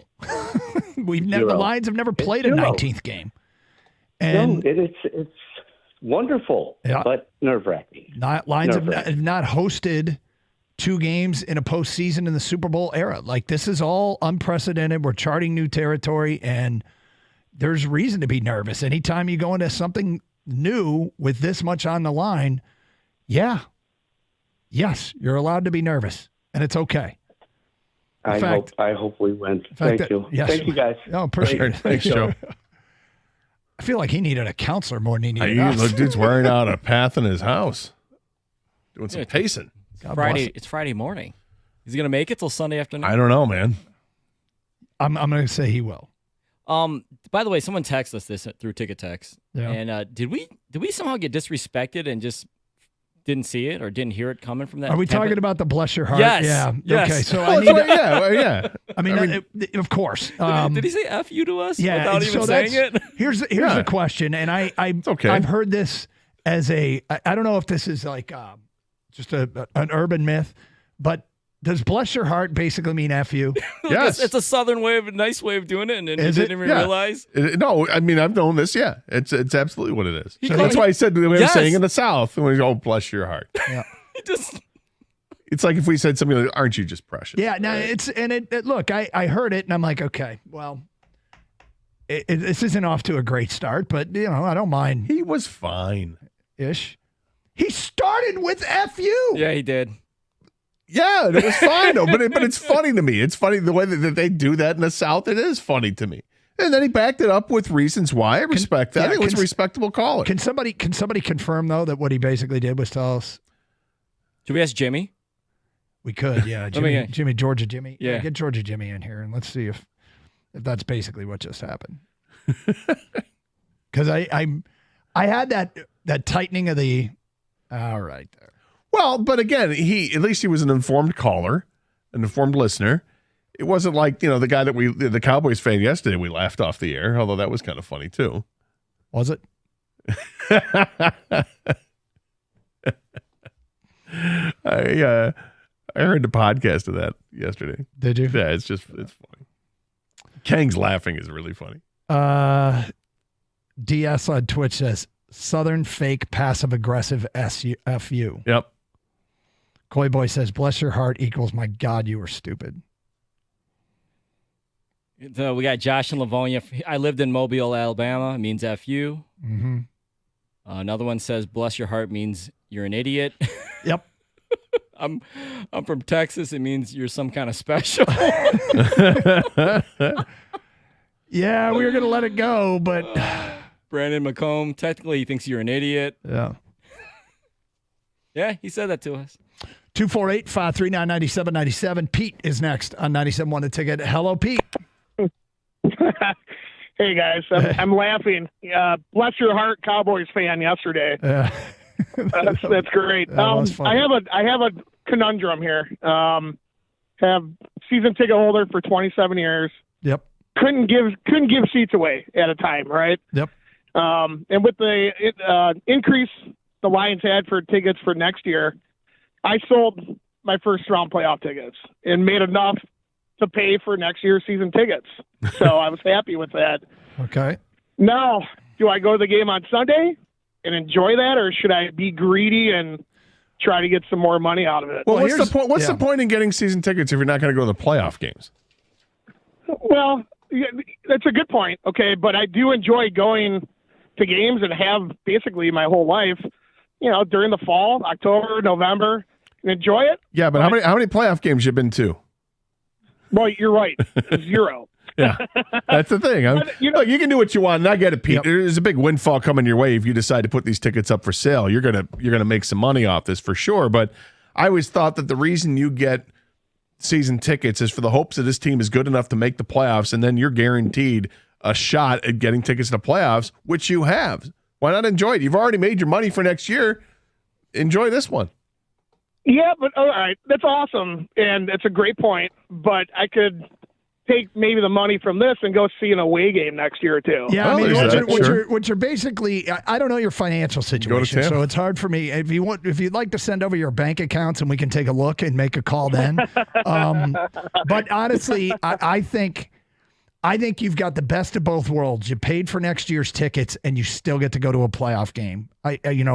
Assuming you're not living out of a barrel, I would go to the game. A nice cardboard box is beautiful right now for snow. Right. It's great. Yep. But no, it's on my mind. I don't know what to do. I'm leaning on going. I got a buddy of mine I'm just going to take. He's going to buy beer while I'm down there, even trade. And, yeah, I mean, go Lions. I'm a huge fan. So I think you go to the game. You guys are kind of talking me into going. I think you go to the game. There you go. Yep. Come on. Yep. All right, guys. Appreciate your time. Thanks. Take care. 248-539-9797. Patrick is next here on 97.1 The Ticket. Hi, Patrick. Hey, guys. How's it going? Great. So my opinion with the game is, so I'm 19. Them winning last week was my first time seeing them win a playoff game. Oh, was it? Yeah, so I'm a little bit nervous, obviously, because it's still a playoff game. Doesn't matter who you play in the league, they can go either way. But I'm a little confident, actually. I think the first half is going to be kind of a battle, and then second half, I think we're going to come out strong. I know a lot of people are kind of worried about our secondary, but if you watch that Eagles and Bucs game, they were dropping passes left and right. And with their defense, too, with the blitzing, we have arguably the best offensive line in the league, and I guess Philly did too. But the thing with Philly is they didn't make the adjustments to block that extra guy that was coming in. So I think, Brad Holmes, or not Brad Holmes, what's his name? Sorry. Our offense. Ben Johnson, but. Yeah. Usually you can sense them coming. Yeah. I did not see that one coming. No, that was genuine frustration. No, just bless his heart.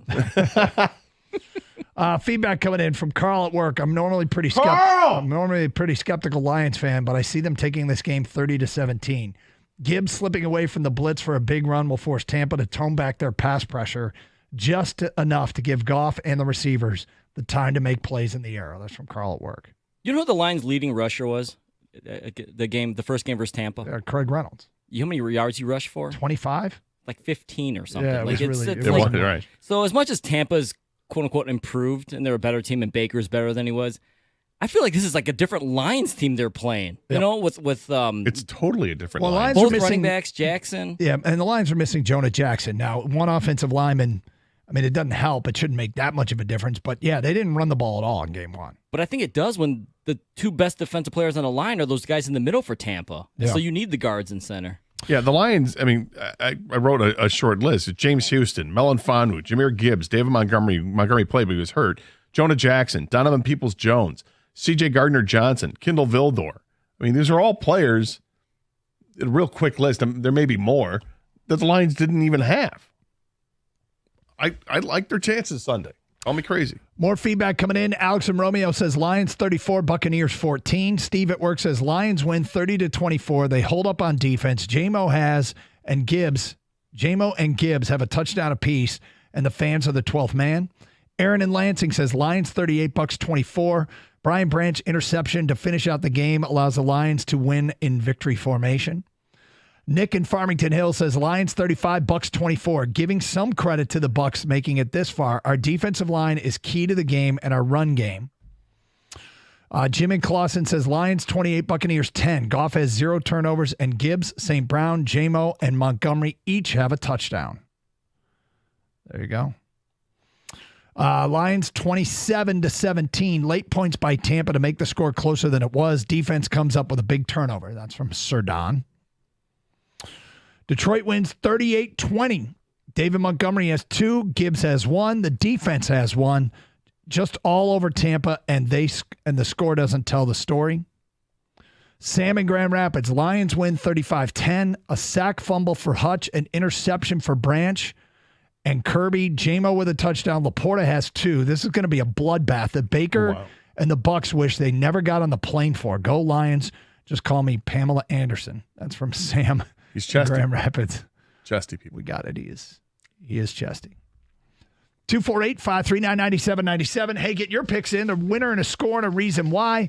We'll get to some other keys, and we'll have our predictions today at 11:30. Doing it early today here on Carson Anderson on 97.1 The Ticket.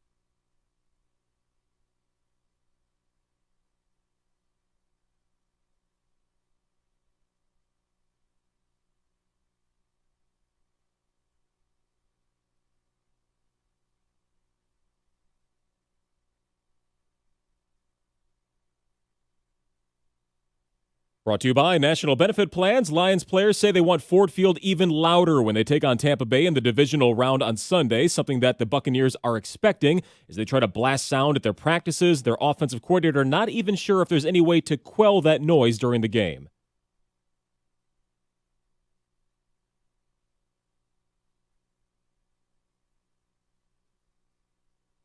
Yeah, probably not. It'll be a 3 o'clock kickoff on Sunday with the call right here on 97.1. The Lions practice today, hopeful that maybe returner Khalif Raymond will show signs that he can suit up in 2 days. There are 3 other games this weekend in the NFL. Tomorrow afternoon at 4:30, the Texans and Ravens will kick things off from Baltimore. The Packers and the Niners are the Saturday night game, and following the Lions game, the Chiefs and Bills will try to punch their last ticket for Championship Sunday, which is on the 28th. On a roll in January, the Red Wings go from Florida to Carolina and will clash with the Hurricanes tonight in Raleigh. Alex Lyon now has 10 wins in 15 games and a .923 save percentage. He'll be in the crease again. The play-by-play right here on 97.1 with pregame at 6:45, and a reminder that their Sunday matchup versus the Lightning was shifted to 7 p.m. on that day. Also, meanwhile, in college, the home-and-home series between Michigan and MSU hockey, that begins tonight in East Lansing. We will actually have the call on the Bet 1270 at 6:30. From the Corewell Health Sports Desk, I'm Chris Villar. For more, go to 97.1 The Ticket and Odyssey.com.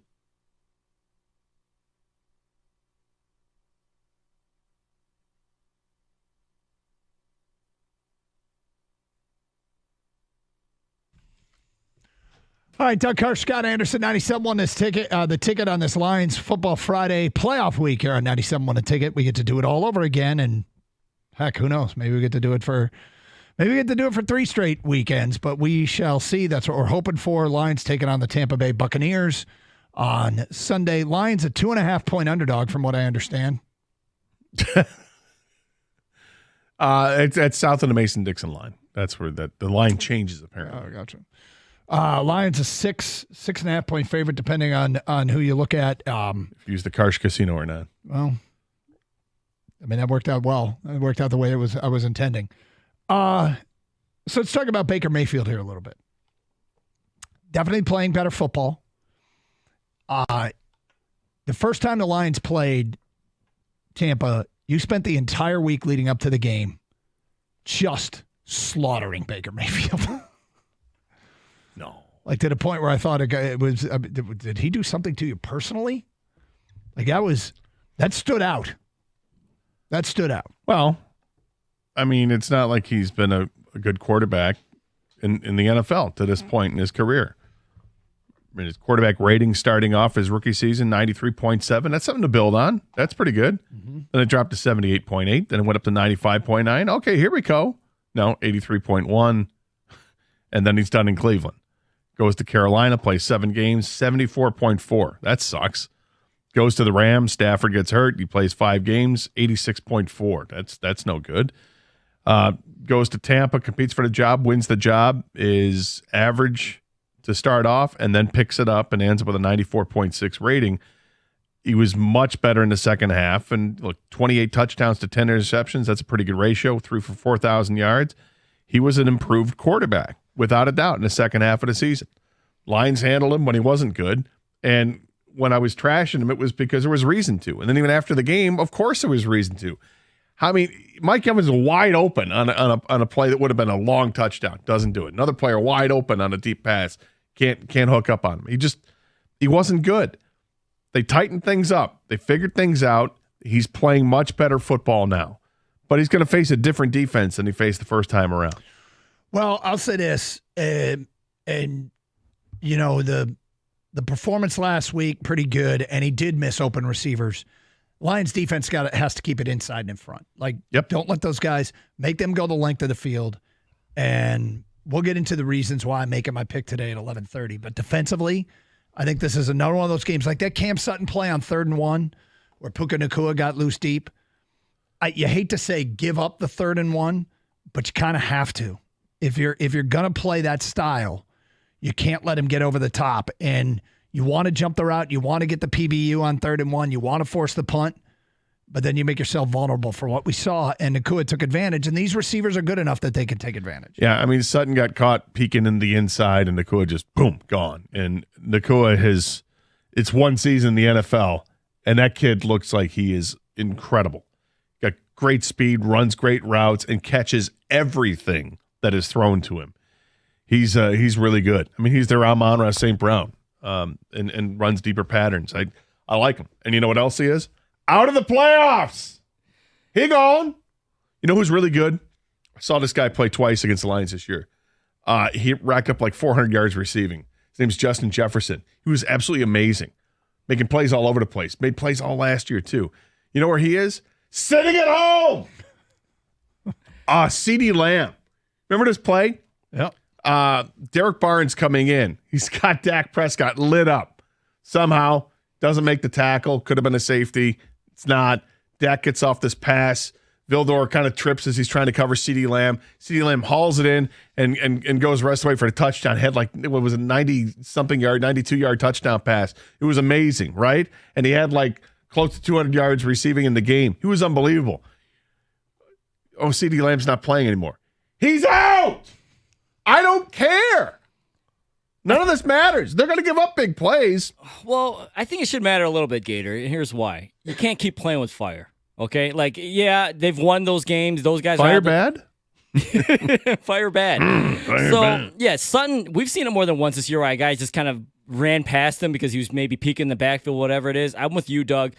Keep everything in front of you. Have Kirby Joseph, whoever the other safety is going to be on the other side. Johnson, Umbrella, those guys. I think the key to the game is limit those big plays, and specifically, I'm looking for the matchup now, is Palmer versus Brian Branch. Because Palmer in the slot and Branch and him solo. Don't let that guy get loose. Branch has been so good in the slot this year, whether he's covering a guy or they're bringing him on the blitz. Was Cooper Kupp's name even called during the Rams game? Brian Branch is so important. I think Trey Palmer's the guy to keep an eye on for my specific matchup I'm watching. As far as limiting Tampa, what they can do in offense. There's another guy they have, and that's their tight end, Otten. Cade Otten had a really nice game his last game. 8 receptions. He had 8 receptions on 11 targets. Didn't he have 3 drops? He had a couple drops. Yeah, he did. But he was a guy that Baker Mayfield went to and should have had better stats than what he did, and he still had 8 for 89 in the game. That's the tight end has always been a matchup against the Lions defense. We've been, can we get better there? Can we get better there? It looks like it's gotten better because they have better athletes now to do that, whether it's Jack Campbell. I don't know if it's been as much a problem this season. It has historically. The receivers have been a problem. But what I'm saying is that Baker Mayfield looks to this guy. He looked to him 11 times over the weekend. So keep an eye out on him. 248-539-9797. David, you're on 97 on the ticket. Hi, David. How you doing, Doug and Gator? What's up, David? Hey, David. And let me tell you, I'm glad you mentioned that, Gator. Otten, he's going to be a factor. They got a good tight end. Got to cover him. And I'm predicting that the Buccaneers will win 21-17. They got an improved defense, and Baker Mayfield is hitting them receivers, which he didn't do the first game. It's a totally different team now, and they have a better defense. They got Vida in the middle, so they will not be able to run on Tampa Bay. Yeah, they didn't run. They didn't run on him the first time around either. When the Lions didn't have Gibbs and Montgomery only played like a quarter, they didn't have running backs and they weren't able to run on them, and they still beat them 20-6. You're exactly right, Gator. So eliminate the run game, make the Lions one-dimensional, and you will win this game. No, I'm saying the Lions, when they faced them earlier in the season, the Lions couldn't run against Tampa then, and they still won the game, and it was at Tampa, and they beat them 20-6. The Lions didn't lose that game; they won that game. Right, they won that game.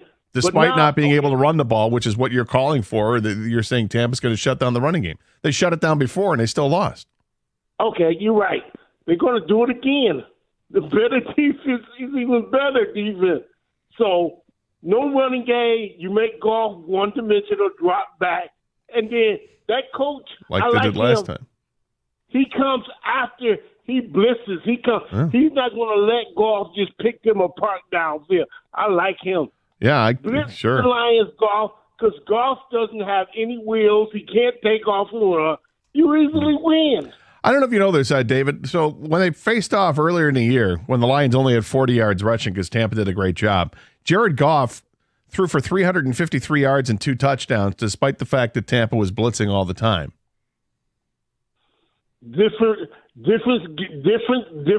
Different game now. Yeah, I know. The Lions actually now they have the running backs healthy. They have their offensive line healthy.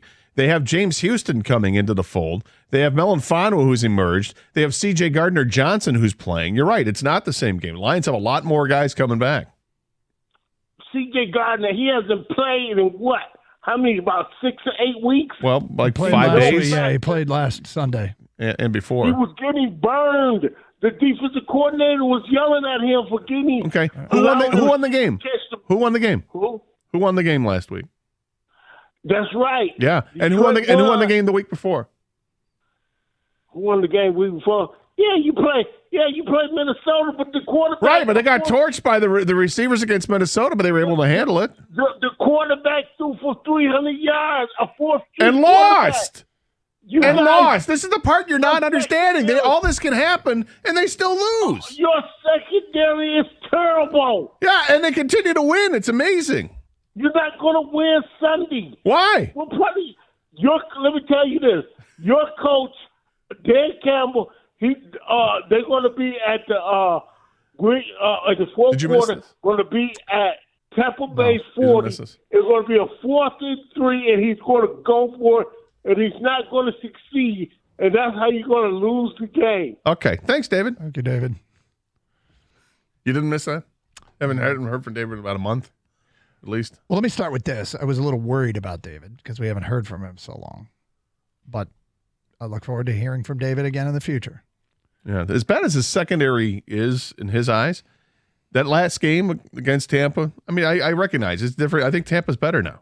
But Baker Mayfield was 19 of 37 in the game for 206 yards and an interception. More of your phone calls, more of your predictions coming up at 11:30. We'll have ours. It's Carson Anderson, 97.1 The Ticket.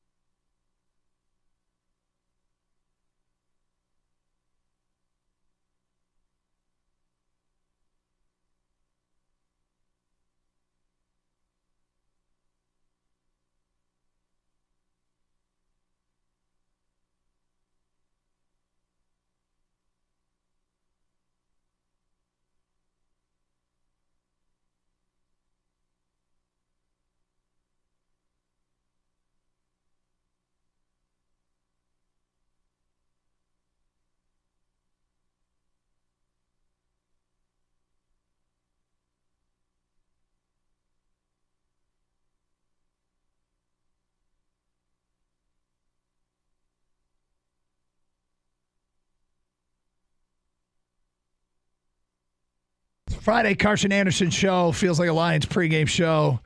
Playoff game against Tampa coming up on Sunday, 248-539-9797. I know many of you are headed down there, and the challenge has been issued by the Lions and Jared Goff. Jameson Williams said something this week. Everybody wants it to be even louder. Take it to 11, people, against the Tampa Bay Buccaneers Sunday, the fourth highest rated crowd in the history of the NFL, according to unsubstantiated, perhaps scientific data that we can't really find out if it's true or not, but we don't even care. Like 131.6, I think, was the decibel level. 142.6, I believe, is the record. In Kansas City, there's been a Saints game, and I think it was a Seattle game that were louder. Here we go. Time for us to break that record. 248-539-9797. Let's get back to your open line calls. We go to DJ next here on 97. Want to take it? Hi, DJ. What up, my dogs? It's been a minute. Hey, DJ, how you doing? Oh, man, I'm great, man. We didn't want a playoff game, man. We in a great position, so everything has been good. But I must say, you guys in the media, the national media, got me worried and scared as all you know what, man, because I remember watching that last Tampa game. I remember that Jameson Williams bomb that basically broke loose a tight game. You get what I'm saying? I remember we only scored 20 against them guys. Even though we had guys missing, we only scored 20. Baker Mayfield missed 2 or 3 throws that could have made that game totally different. Yep. On top of the fact that CJ gave him a little extra fuel, on top of the fact those guys are pros, man. So, you know what I mean? They did beat the brakes off the Eagles. So I'm very nervous because this is actually what you would really call a setup game. For our Lions, we've checked every box. We won our division. We won a playoff game. So like Rico said yesterday, we're kind of playing with house money, but I'm just a little nervous. That's just me. I hear you. I don't think of it as a house money game, and I think of this as an incredible opportunity. And there's reason to be nervous. No matter how confident you may be, I'm pretty confident. But I got to tell you, I'm nervous as well because this is just uncharted territory. I might have the greatest plan to scale that edifice. I can get to the top of Everest, but people die on Everest. Wow. God, oh Lord. So I'm just saying, man. Get another Sherpa ready. That's real, man. I just remember that game, and that game was the perfect example of, everybody keeps saying, oh, it was 20 this, but if you watched that game, which I know you did, I did, it was a lot closer than that, man. So it was 1 or 2 plays, remember a tip ball? It was a tip ball from being a whole different ball game. Yep. So I just don't like the way I feel like the national media, not saying you got, but I just feel like they're jinxing us a little bit with this 7-point spread and we just got Detroit favorite. No, man. Those pros in that other locker room is watching that. And the last time we played them, it was close. All right, so how do you see it, DJ? The homer in me is saying Lions 20-17. That's me just my homer. But if Tampa some way, especially since that Minnesota quarterback blazes and everybody else been blazing our secondary, if Tampa flipped that the other way and beat us 2017, I wouldn't be surprised. I don't want to put that out there. I'm hoping we do it the other way. You're just not very confident, and that's okay. Like I understand the respect for Tampa should be real. It is. I mean, Todd Bowles has milked this roster for everything it's got. I think he squeezed everything out of this team that he can, and those are the kinds of teams I actually have the most respect for. And Mayfield's playing better. They found out how to use him, or he's settled into what they're asking him to do. And they got talent on the outside. Now they don't run it, and they don't really pressure quarterbacks, but they stop the run. But they got one fatal flaw. And when we get to our predictions, I want to get into. Well, you go back to that game earlier in the season, the 20-6 Lions win. There are like 3 plays that stand out. You've got the drop pass. You've got the Jameson Williams touchdown where he twists around and still catches it. Mm-hmm. And then you've got the Craig Reynolds block on the St. Brown touchdown. Yeah. Yeah, it could very easily have been another situation. So is every football game you play during the course of the year. Every game comes down to a couple plays you look at. So I think the big difference this time around is that it's a home game for the Lions in the playoffs. We saw what the crowd did last week. I don't think the crowd's going to be any less of a crowd this week. No, it's a very real thing. Yeah, and the Lions, they're healthier now than they were the first time they played them. So I think you got home field advantage. You got players back. I think that plays a huge role. I'm not discounting Tampa. I think Tampa's going to give them a fight. Yeah, I respect, you guys know this more than anybody, I respect the NFL every week. I always say it, man. You know, there's going to be a big upset that happens during the regular season, and everyone's going to act completely shocked and surprised, but really, this is the NFL. Teams, DJ's right, there's pros on the other side. The difference in games are few plays, and then it turns out it looks like few scores at the end, but they're closer than that. But Tampa, they can't run the ball, you know? And the Lions, they couldn't run the ball last time because they're missing one of their best offensive linemen and both starting running backs, essentially. I mean, Montgomery started the game, but then that was it. I think the crowd thing is big, and I'll give you a reason why, guys, the crowd should be just as loud. Do you think part of the reason why the crowd was so loud last time is because Stafford was coming back? Yep. Yes. Let me tell you this. Let me remind you this. Baker Mayfield kept you out of the playoffs last year. Boo the crap out of this guy. He walks on the Ford Field. Remember that Baker Mayfield had a chance to send you to the playoffs if he would have just thrown a decent pass as a Rams quarterback that last game. Instead, right. He was terrible, right. And they lost the game, which made your game meaningless if you won. All you could do was eliminate the Packers. Baker Mayfield kept you out of the playoffs last year. Boo the crap out of him when you see him. Maybe subconsciously that's why I've been dogging him so much. You think that might be it? I totally forgot that was the... Well, I'm here to remind him. You just took a deep look into the mirror. I did. Yeah. Maybe I'm just so jaded because of what happened at the end of last year, because the Lions played so well down a stretch. They deserved to be in the playoffs, and they weren't. And then you got some dog-ass team like this coming in. Did I just draw something loose for you, Gator? Yeah, you did there, Tiger. Thanks.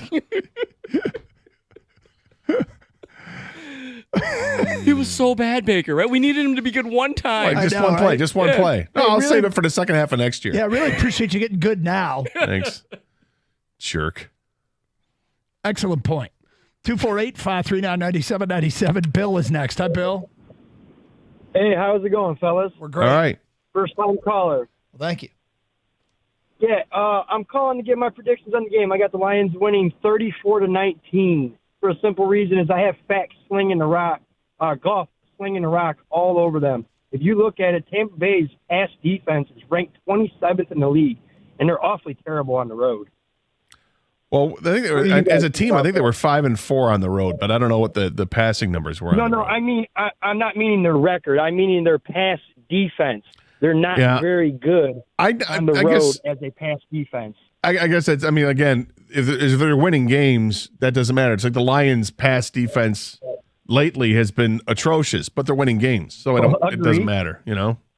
Agree, but I still see Goff being able to move the ball down on that defense pretty easily on the secondary. Well, if you're right, and I actually think the Lions will come out slinging it, and throwing a lot, and then sort of grind away and finish them off with the run game. But I think they can make some noise through the air offensively. I think that's how they're going to have to beat Tampa Bay, is just throwing the rock on their face all day long. Throwing the rock on their face all day long. Now that's I've never heard it put that way. Let's not do it again. But okay. Lions, Ben Johnson, when he sits down with his staff. All right, yeah, set my drink down. Okay, go ahead. Yeah. Do you think Johnson says, let's throw the rock on their face all day long? You're not making it better by using the name Johnson. I know. But do you think that's what he does? Let's throw the rock on their face?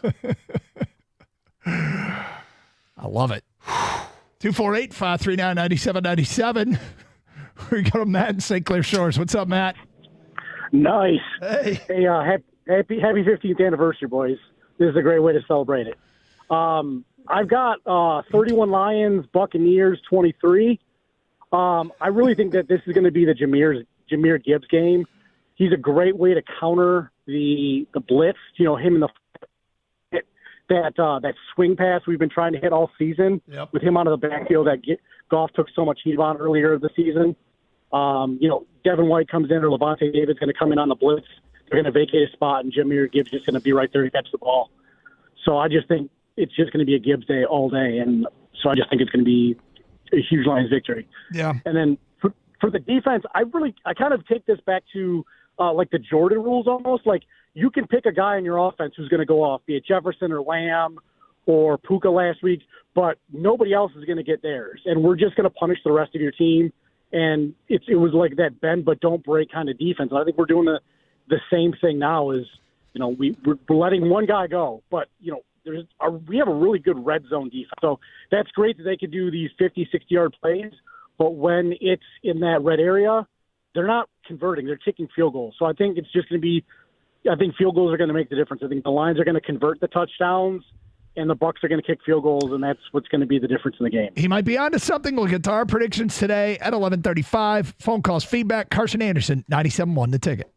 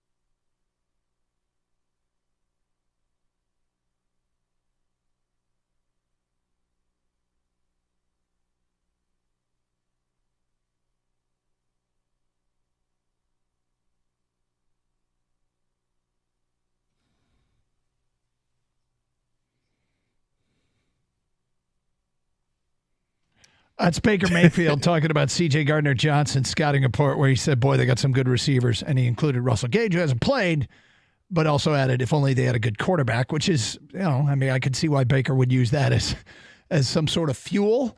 Took the high road. I just wonder if they're going to be at each other because Baker is feisty and C.J. Gardner-Johnson talks. I wouldn't be surprised if there's an on-field some jawing back and forth. I'm not talking about anything out of line, like a fight or anything. I'm just saying if Baker Mayfield completes a pass for a score over C.J. Gardner-Johnson, I think he's going to let him know about it. And he should. He should have fun with it. But C.J. Gardner-Johnson is no secret. He likes to talk. He's a talker on the field. And yeah, okay. I'd be pissed if I were Baker Mayfield too, because he totally dissed him. At the same time, I thought it was a great response from Baker because he does give Gardner-Johnson his due as a player. He's a great player. He just, maybe he needs to do more film study because he listed off a wrong player who hasn't been with us. But hey, he's great. A little passive aggressiveness like that. Yep. 248-539-9797. All right, time for our predictions. And Gator, we've kind of danced around and some people have mentioned it. But I got the Lions winning this game 27-16. And I think Tampa's going to move the football, and I think they're going to get it in the red zone. And then I think they're going to do what they do, which is stall in the red zone. You take a look at how good they have been of late. They still haven't finished drives. Their last 13 trips to the red zone, do you know how many touchdowns they've produced? 4 in their last 13. I didn't give you a chance to guess. It's okay. It's more than I thought. So it's four touchdowns in their last 13 trips to the red zone. For the season, they're 30th in the NFL at finishing drives in the end zone once they get to the red zone at 44.9%. Meanwhile, the Lions are second in the NFL at 65.7%. I think the Lions open up slinging the ball all over the place early, and I think they finish it off by grinding it out with the run. So I got the Lions winning this game 27-16, where Tampa, they're singing the same song the Rams didn't finish drives in the end zone. Yeah, I kind of agree with you on that, except I think there's going to be a little bit more scoring than that. I like the Lions to get off to a hot start. I think typically we see the Lions kind of stall a little bit in the third quarter, and that allows Tampa an opportunity to try to get back into the game. But Tampa they're one-dimensional going into every game because they can't run, and they don't run. I don't think anything's going to change in this one. I think the Lions will be able to run a little bit in this game, and that little bit, all it takes is one hole to all of a sudden it's a lot. The yardage total goes up there. I think it'll be reasonably tight for a while because I think the third quarter Tampa might outscore the Lions in the third quarter. At some point it's going to be 24-20 with the Lions, and then the Lions get a late touchdown to go up 31-20, and it's done. I also have an 11-point differential, but I think the Lions get into the 30 range, and Tampa stalls at 20. Kang, what do you got? Well, my prediction is going to be chesty, but while watching the game, I will not be chesty. I'm telling you, it's going to be ready, set, puke because it's win or go home, right? I got 30-16 Lions, and here's why. Tampa can't run the ball, Gator. You're absolutely right. They're one-dimensional. When the Lions were playing the Rams, they had to worry about Kyren Williams because he's a really good running back. They don't have to do that with the Bucs here. The run defense for the Lions stays stout. They just got to worry about Godwin, not Russell Gage, and Mike Evans and Trey Palmer, and make sure Baker's uncomfortable. Worry about that. Make them get into the red zone, like you mentioned, Doug, with your stat. Because once they get in the red zone, things really tighten up well for the Lions defense. So I like the Lions. Actually, their blitz to get to Baker to disrupt it, and to get to the red zone, they'll hold them. Offensively, just keep doing what you're doing. I respect Tampa Bay's defense. I really do. Yeah, they blitz a lot. Blitzing is one thing. Actually putting pressure on a quarterback is another. Lions pick up the blitz. They have the offensive line together. Jahmyr Gibbs now has gone through an entire season of learning that pickup package with the blitz. Montgomery can block. I think St. Brown goes off. Reynolds, J-Mo deep. I like the Lions to roll kind of in this one, 30-16. 248-539-9797. Get your picks in. Lions and Tampa coming up on Sunday at Ford Field. We go to Dennis next on 97.1 The Ticket. Hi, Dennis. Hello. Hey. Both teams are going to put out their best roster. They're going to kick the ball off. They're going to play the game. Now, everybody's worried about Tampa Bay. Look the other way around. Tampa Bay was 9-8. Their quarterback's not as good as Matt Stafford. And Matt Stafford had good receivers. And the Lions win the way they are, the Dan Campbell way. They just find a way to win. They keep clawing away. Tampa Bay needs to be worried about the Lions. The Lions aren't 9-8. That was last year. This year they are 13-4. They need to worry about us. What do you I got? don't think there's any problem. We're going to get a good game. What do you got for a score, Dennis? I don't predict them. I just feel I'm not worried about them. I feel they'll just win the way they always win. They just find a way to win.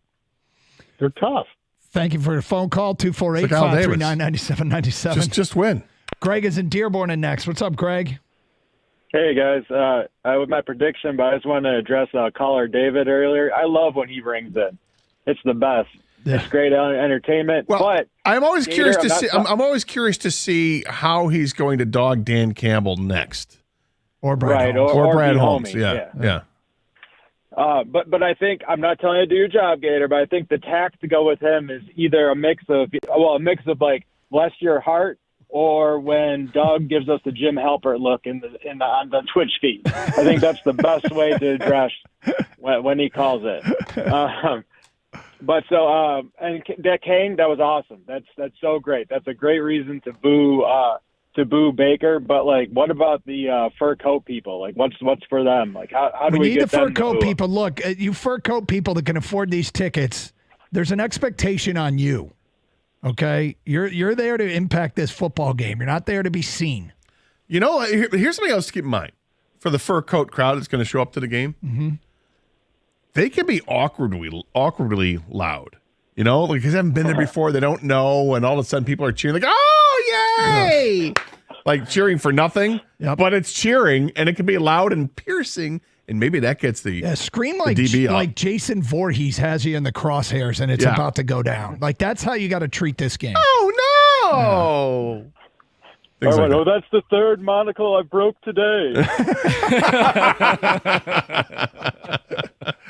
Greg, what do you got for a prediction? I kind of changed it when I was listening to what you guys were saying. That's a real good you guys had good points. 27-20 Lions. I think that we're not going to see the same kind of stop in offense that we've been seeing lately from Ben Johnson in the second half. I think he's going to definitely fix it because that's what they do. They're resilient. That's what the grit is the resiliency that they've had. So 27-20, great game by the offense, and then defense is going to be pretty strong. James Houston's so huge coming back. I'm really excited. Yeah, I don't know what to expect from him. I don't expect much, but I mean, they obviously think he's going to play. You don't activate him and release Julian Okwara. And Julian Okwara, was inactive last week against Minnesota. He didn't play. Then he played 11 snaps, I think it was, in the Minnesota game. So I kind of get the sense that those 11 snaps, they can take away from Josh Paschal because Paschal played 40-something snaps out of 50 last week and didn't accumulate a ton of snaps. They might be happy with stats. They might be happy with the way he played because sometimes, guys up front impact the game without accruing stats. Same thing with John Kaminsky, who did have a QB hit and played 20-something snaps. So the snaps are there to be taken. It's just Houston's got to hit the ground running, and I'm not sure that he will. I hope that he does. Well, and keep this in mind, too, that Kaminsky had just come back. So maybe he's feeling stronger, and he can get back to what we saw him play like last year. Yep. I know the tickets are really expensive, but Detroit's a Carhartt town, not a fur coat town. I expect the crowd to still be loud. I mean, Buffalo, other places like that where, the crowd gets into it. So Detroit's the same. This isn't L.A., where the other team has more fans than the Rams do. And we just don't want like a Red Wing Olympia room type of scene. Yeah. Where the second Where everybody period stays, is starting. yeah. So, we're going to stay in the club. Yeah. No, the game's going on. I mean, we do have that, unfortunately. That can happen, and that we don't want it to happen this weekend. Get in your seats early, just like last week, and throw your hands in the air and wave them like you just don't care. That'll be $65 for the 3 beers and 2 hot dogs. Do you take cash? Actually, no. No, credit card only. No cash? Oh, okay. Fair enough. We want the roof to be on fire, and we do not need any water. Let it burn.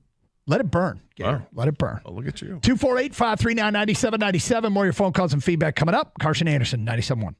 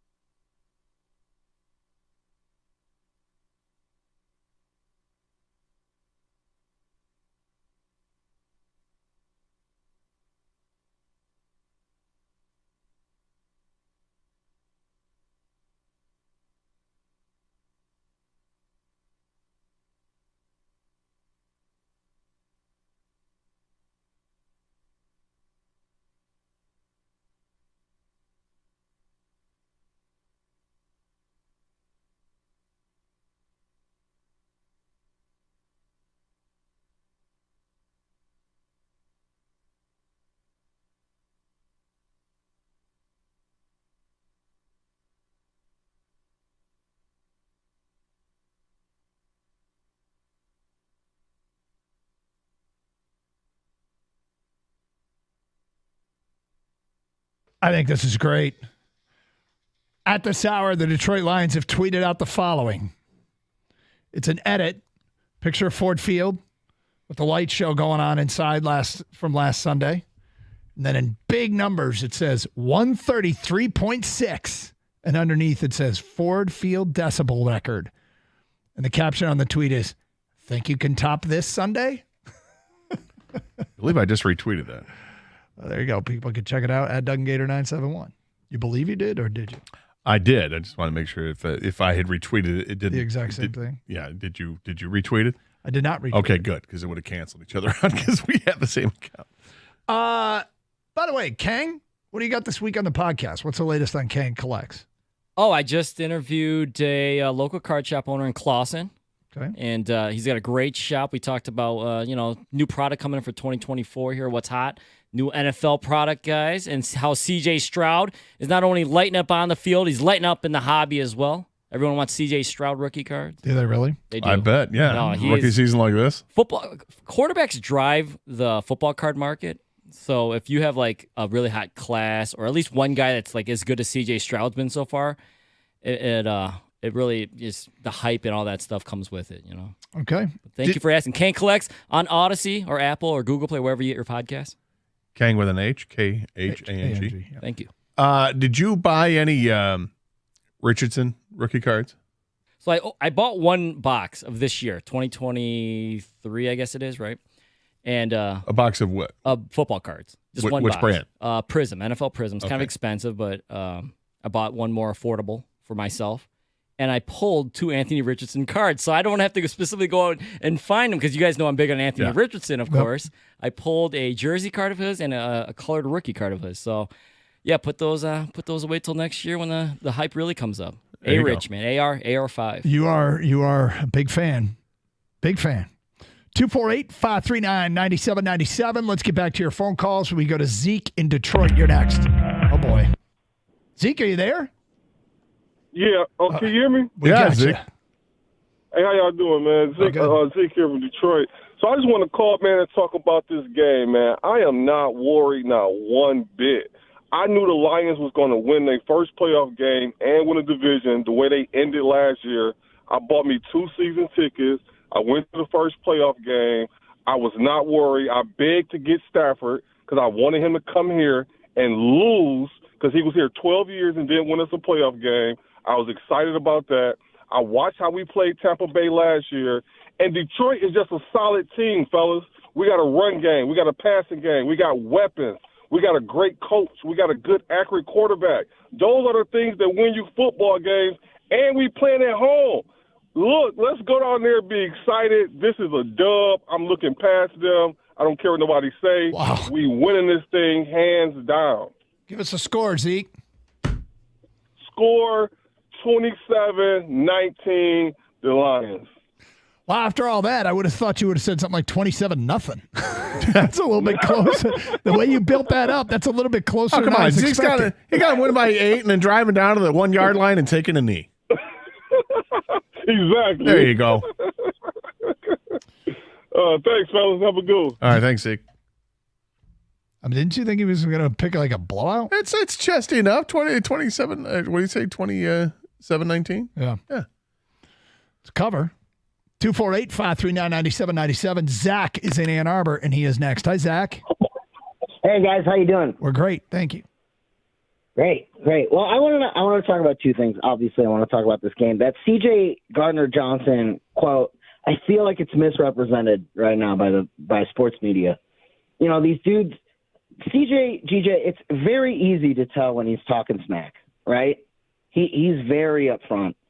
This was like kind of a compliment to Baker, saying that group would only perform well with a good quarterback. They're performing well. They have a good quarterback. That's, I think, what he was trying to get across. You know, a little loss in translation with the way he said it, but it didn't feel like a classic CD Deuce, insult to me. I'm going to have to go back and try and see if it's possibly true what you just said. So the quote is, the group is probably one of the better we've done faced all year, besides that Tampa group. And then because this wasn't taken, this quote is from a week and a half ago, before we even played Tampa. It's actually about the Rams. And then he said, if you give that Tampa group a good quarterback, that's a great group. So he's basically saying, like, we've faced one group as good as the Rams, and it's the Tampa group. And then says, you give that Tampa group a great quarterback, that's a great group, saying Baker's a great quarterback. That's how I interpret it. Okay, you're the one. I think it's a direct slap in the face of Baker Mayfield. I think he's like, those are great. Those are really good receivers. It's a shame they don't have a great they don't have a good quarterback. But if it was that, he'd say it like that. He did say Tampa's got a great group, and then said if you give that Tampa group a good quarterback, that's a great group. So, but he started it by saying this. I guess right? If it were completely misconstrued by all of us, I think CD Deuce might have said something. Wouldn't be the first time in the sports world. No, that's true. Secondly, this game coming up, I'm a little nervous, but I love that the last caller's take. Listen, I do agree. A good offense always beats a good defense. Always. The best offense will always beat the best defense. And right now, I do think we are coming in to this game with a better offense than they have a defense. So I do see the Lions winning. I think it's 27-17. I think we put 10 up on them on the, I don't think we keep it close. I think the closest it gets is a touchdown. I'm very excited for this game. It's crazy how much the city's buzzing right now. It's wild. I mean, this is so much stinking fun. This is turned into a bit of a playpen for us, and I never thought we'd get to do this. I really appreciate you guys, and go Lions. Thank you very much. I mean, he might be right. I just think C.J. Gardner-Johnson would have come out and said, this has been completely misconstrued. Here's what I meant by it. I think that caller works for a politician. Yeah. I mean, he was really, he was really working it, right? Like, if you squint your eyes a little bit, it's like, see what I'm saying? If he meant it like this, then he meant it like that. Right. I think he meant if they had a better quarterback, they'd be a better team. Yeah, I think that's exactly what he meant. I think he was dogging Baker Mayfield. Yes. Oh, man. 248-539-9797. Willie, you're next. What's up, Willie? How you guys doing today? We're great, Willie. Yeah, we're living in an exciting time right now. Yes, we are. This is two teams playing for a chance to get to the NFC Championship game. I think you got to forget that Detroit won earlier in the season. Just two teams with a clean slate. It's going to come down to good play calling, good preparation, good execution, and good coaching. I don't disagree with any of that. Okay, the Lions, they have not done any trick plays the last few games. I think they've been saving it. They've been playing straight-up football. I look for that to change on Sunday. Look for a flea flicker, maybe an end around, or something maybe we've never seen before. But I hope we don't see a fake punt again. Well, I hope we don't see any fake punts. I hope we don't see any punts. Silly, yeah. But I think you're right. We haven't seen something tricky in a while here. And I keep waiting to see more Jamison Williams involved and using that speed, and that end around is an easy way to do it. Particularly with if Khalif Raymond's not going to play, let's put this play back in the game plan and give it to JMO. I think Dan Campbell should realize field goals win games. Don't be afraid to kick an early field goal. Yeah, it's situational. They've done a great job at finishing drives and getting into the end zone. So, I mean, they have one of the better red zone offenses measured by touchdown percentage. Now, with that said, sometimes you need to just make the choice to kick it through the two posts and take the 3 points and move on. Like you said, it's situational.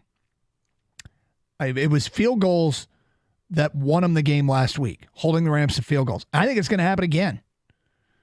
Tampa, 4 touchdowns their last 13 trips into the red zone.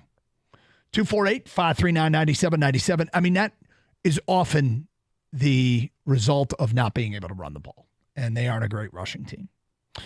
Let's go to Scott next here on 97.1 The Ticket. Hi, Scott. Hello. Hey. Hey.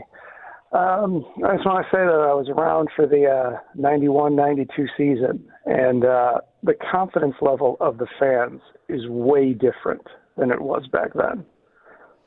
Back then, it was like everybody just felt lucky to be in the playoffs, and if we like won the lotto 5 times in a row, maybe we could make it to the Super Bowl.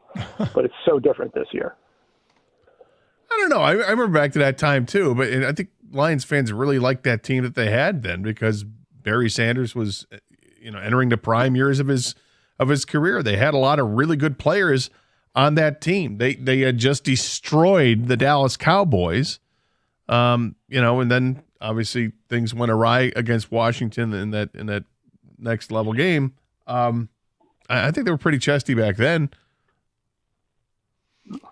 I don't remember reading Twitter back then. This is true. There was no social media, so it's hard for me to gauge.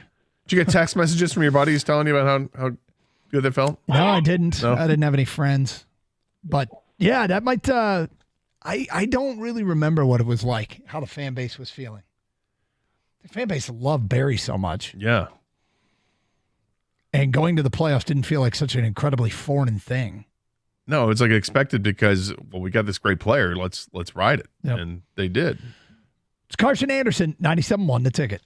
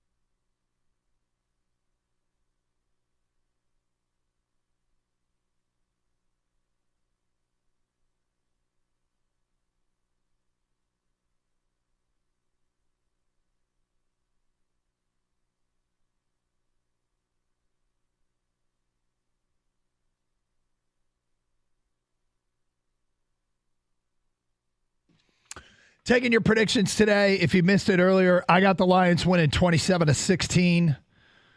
For the second week in a row, the red zone defense comes through against a team that has struggled in the red zone. Gators got the Lions pulling away late, winning 31-20. Kang's got the Lions 30-16. The Lions can play man up in the defensive backfield because Tampa can't run the ball, limit the damage. But he's still going to have to resist puking. Yes. I mean, we all are. Yeah. We all are. It's playoff time, baby. Win or go home, right? Yep. Every down matters, right? Like every play, you all of a sudden you're like, what? What was that? Like it does. You don't walk away from the TV. Everything just is so it's magnified. Yeah. Well, I remember the heart attacks in between pitches of like the ALCS against the New York Yankees, where the Tigers were up a run and there were 2 on base, and they got that short porch in right field, and I'm just. Every single pitch, I'm like, don't hit it out, don't hit it out, don't hit it out. Don't hit it out. So scary, right? Yes. Fortunately, it was the Yankees, and the Tigers didn't seem to have any problem with the Yankees in the playoffs. One of the great little subtleties of that stretch was the Tigers taking care of the Yankees. But yeah, I mean that's what these games we've gotten to the point where, on top of that, we have no experience, like none. No, we live and die with every caught pass and drop pass. We can't say, oh, this is just like blank. Tampa's been to this level 3 of the last 4 years. Their fans have been to this level 3 of the last 4 years. Now, the team's different. Obviously, they don't have Tom Brady. But you're still talking about they're seasoned veterans of watching playoff football. We are not. And we certainly aren't seasoned veterans of going to playoff football by any stretch of the imagination. I think they're the only team in the NFL, guys, that has made the playoffs the last 4 years in a row. Yeah, it's the longest streak, right? Yeah. 248-539-9797. Get your picks in. We just told you what ours were. Let's get back to your phone calls. We go to Leo in Brighton. You're on 97.1 The Ticket. Hi, Leo. Hey, guys. How you doing? Doing great. Right. Great show. I'm on my last winter hike before I head to Florida. And we got to win because I don't want to have to take crap from all these Floridians. Yeah, where are you going to be? Where are you going to be in Florida? Naples. Okay. I'm a snowbird here. So what I want to talk about is, we're talking about Mayfield's improved performance in the last 4 weeks or whatever, 5 weeks.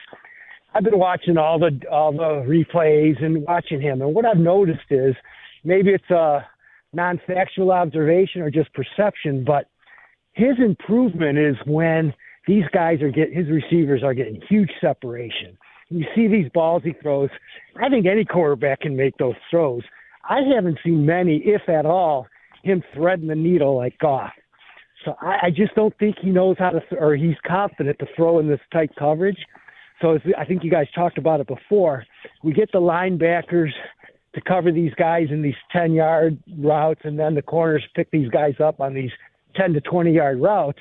I think he doesn't have the confidence to thread the needle and throw these zip balls in there like Goff, make them throw long, and then let's see how his accuracy is then. Well, the biggest issue with that is that you have to have tight coverage in order to force him into tight coverage throws, and that's been a problem. Yeah, it's been a problem on the longer balls, but maybe in the slots like that and these wheel routes they can do it. But I agree, and they can't run, so you can get these linebackers to step back a little bit. But you're right, a little bit tighter coverage. But if you look at the highlights, he's throwing all to these guys that are huge separation. So maybe you give him that, but these 10 to 20-yard routes, man, we got a chance to shut them down. Well, I like the idea that the Lions don't let him get loose deep. Those plays were there. Baker missed them in the past. I don't know that you can keep counting on that. So make sure you keep everything in front of you. Here's what I don't want to be concerned about, and I kind of am already because now it's in my head. Are the referees going to play a role in this? Because they absolutely let both teams play quite a bit on Sunday. Yeah. I think there was a makeup call in there for sure because they screwed up with the Taylor Decker, false start call. And they let a couple things go in the second half that really benefited the Lions. I'm worried that the NFL might get together and say something about it. I saw a tweet earlier that somebody posted that 2 of the 4 crews that are officiating this weekend, unfortunately, not the Lions crew, but 2 of the 4 crews that are officiating this weekend are crews that are known for calling tons of penalties. Are they going to say, don't be afraid to throw the flag? Okay. couple things here. When you say the NFL is going to get together and talk, you don't think the NFL is going to conspire against Detroit? Not against Detroit. I'm just saying as a rule, like, okay, guys, let's, we had some inconsistency with the way things were called last week. Let's make sure that everybody's on the same page here. And is this why they're allowing two crews that call tons of penalties to call games this weekend? This is what they're going to want. Well, so I would say that we should worry less about this than ever before. If you believe in conspiracy theories, what drives conspiracies? What drives it would be money, right?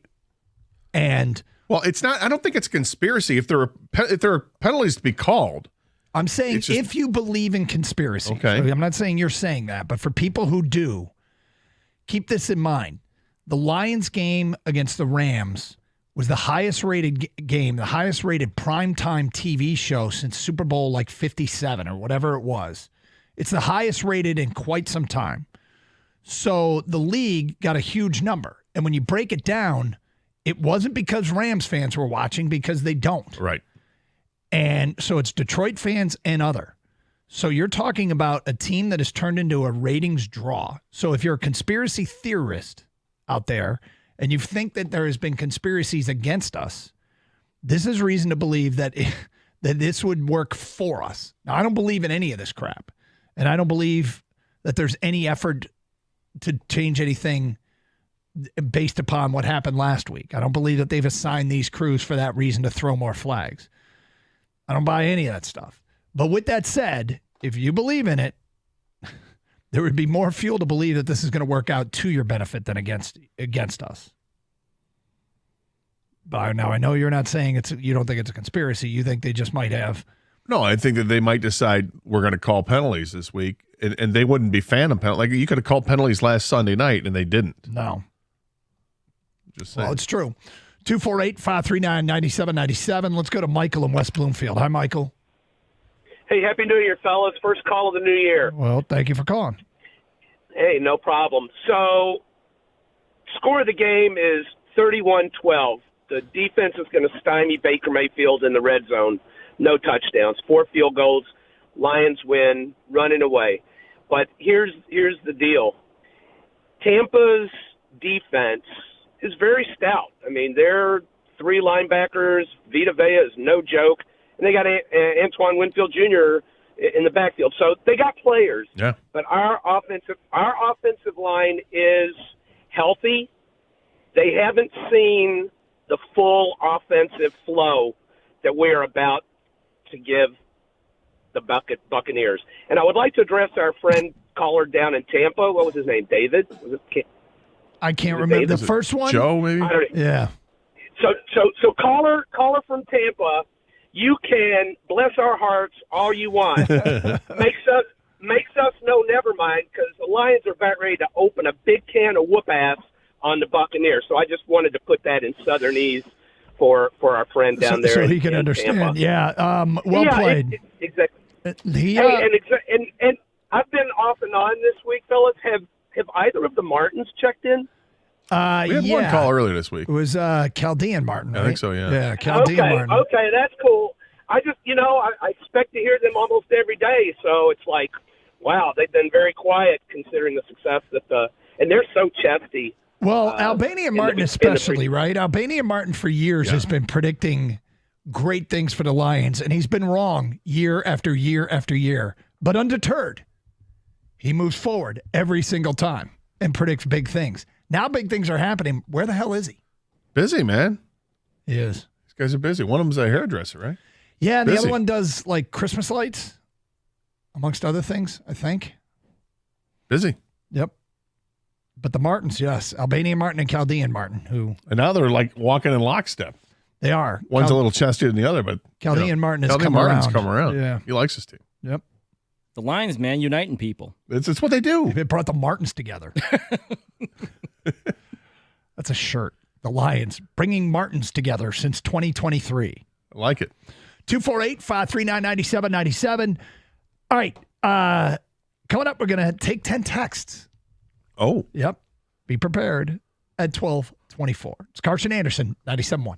So if you've listened to the show for the last couple of weeks, you know that I've had a back issue. I think I may have pinched a nerve in my back. It got to the point it was so bad that I couldn't sleep at night, and I was really concerned about that. I ended up getting it checked out, got some things, taking some medication or whatever, and since then, it's a godsend that I got this new bed from True Sleep, because the adjustable base mattress that I have, I went with the top of the line, the BT 6500 from BedTech. It's a game changer because I'm able to lift my feet up higher and it relieves my back pain. It's got lumbar support.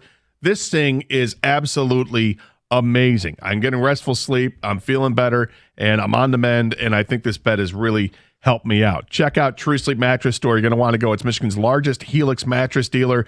I went out and I got the Posh and Lavish mattress. I love it. Absolutely. Check them out. One of their locations today in Troy, Warren, Shelby, or Lake Orion.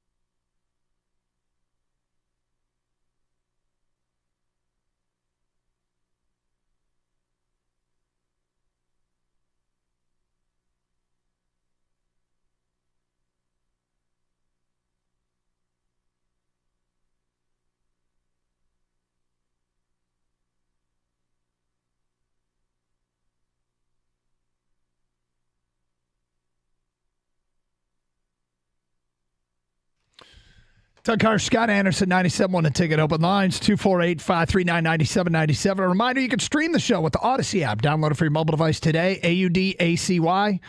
Plus, stream to our website, 971theticket.com. Stream with video, twitch.tv. Search up 971 The Ticket. And join the wackos in the streaming chat there. There's also youtube.com. Search up 971 The Ticket. All different ways that you can take in the Karsh and Anderson program. We're going to take 10 texts in about 10 minutes. In the meantime, back to your phone calls. We go to Daryl in New Huddy. You're on 97.1 The Ticket. What's up, Daryl? Oh, my. How we doing, fellas? We're good. All right, Daryl. You probably remember me from a couple of years ago. Dan Campbell, he was whimpering about losing. And I said, look, who the heck wouldn't be crying over these Lions? And look at us today. We are no longer crying, buddy. We are winning. Anyhow, I got a couple of things for you here. I got a couple of acronyms I want to throw at you. Oh, boy. Good. How about this one? Jared Goff. He is our man. He's going on a furiously fast battle. Going on furiously fast. Now we got the Lions. Lions. Living, and they're loudest in our noisy stadium. How about that? You got two good ones. You know what? Yeah. Two Daryl, really I good did not ones. have How high about this one? expectations. How You about this exceeded one for Detroit? expectations. Jared Goff. Hey, how about this one for Detroit? Oh, Detroit. Delivering That's a lot. Hold on, Daryl. Hold on. You're taking out a big one. That's a lot of letters, Daryl. Are you Buddy, sure you're ready better for this? believe it. Are you sure you're ready Yes, for this? I am, because at the end of your call today, you say, now let's be respectful. So let's do this. All right. Determined each time respectfully over incoming teams. Detroit. Can I request one, guys? Daryl's so good at Determined this. each time respectfully. You say respectfully. Yeah. And then you leave. Yeah. Right? Yeah, that's true. Yeah. Can you do one for JAMO? JAMO. I love you guys. Yeah. Daryl just can't make this up on the spot. Daryl needs some time on this. You think clearly, Daryl can just come up with No, JMO? I know. Oh, you can do You got JMO right JMO? now? Yeah. Yeah. Come answer me over. Again. Nailed Is it. that CAMO? Nailed it. Not Camo, JMO. No, he nailed it. Wouldn't that be camo? Buddy, I'll tell you what. I can't sleep at night. I'm so excited over this team. We can tell. We can tell. We can tell. I have got so much energy. The passion, the compassion that Dan Campbell has for this team. He's like Jesus Christ with the apostles, buddy. They're there. That's some and lofty he's with them. company. He's with them. He's got the passion. He's with his team. He loves his team, and that's what this thing is all about, love. This city is so in love right now. You got one for love? So on fire Daryl? right now. I'm sorry. I'm so excited, man, but I really am not sorry. I can't even talk in the house. My wife wants to throw me out of the house because I'm so excited about this team. What? Born and raised in Detroit in Brightmoor, 1956. There it is. I've got friends that have sent me gravestone stuff that they're putting on their brothers' gravestones. Can't stop. Mark Zarum, he was there yesterday at his brother's gravestone. He called me. I said, Mark, you don't believe how much I am not sleeping at night over this. He says, Daryl, if you got any way you can get that out there to people, get it out there to people. I says, I got a way of getting it out there to people. There it is. You guys are the best. Thanks for listening. Thanks, Daryl. Get some sleep. You don't want to crash during a game. If he doesn't sleep all weekend, he will fall asleep during the game. There is no doubt about that. And he'll wake up and like, what happened? Midway through the first quarter. Can you come up for a nap? Right. NAP. He was nailing those, huh? He was good. Just, No, that was Not that always was good. professional. No, those were good. Yeah. I didn't have high expectations. He exceeded them. Mine too. Yep. There's an advertising firm that needs to hire Daryl. That's called Donor. So, got a lot of advertising agencies around town. I Tap into it. You want the number? Hey, call in. We don't want that skill set to go unused. No. What a waste that would be in the professional world. I hope the Lions were listening. Golf. Yeah, Golf. I like it. Silent B. We can ask Jared about it. What do you say? Going on faster or faster furiously or something? And then what was the B? Yeah, what was the bus? I don't know. Was it band?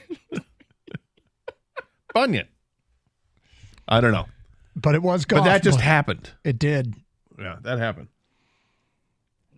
Okay. It's that kind of call that makes me happy that I have this job. It is. 248-539-9797. Let's go to Dan next. I'm sorry, it's just Dan. You're on 97 won a ticket. Hi, Dan. Hey, guys. What's up? Hey, Dan. Man, that Daryl right there, that's how you get when you don't sleep for a week. That's what you're like. Yes.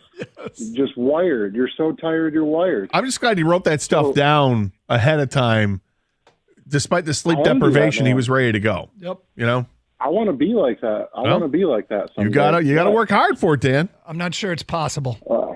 No, I just gotta not sleep, and I'll be right on this. Well, throw a B at the end of your first name, and you got it. That's the start. Or last name. All right. 3 things. Score prediction. Yes. 38-24 Lions. Okay. Because the first time they played Tampa, we were out, 3 offensive linemen? 1. How many players were injured? Well, Jahmyr Gibbs was hurt. David Montgomery played briefly. Jonah Jackson was out. They were getting obviously nothing from C.J. Gardner-Johnson, James Houston. Fatu Melifonwu wasn't really playing. I mean, yeah, there's some stuff. There's some stuff that they'll bring to the table that Tampa didn't see.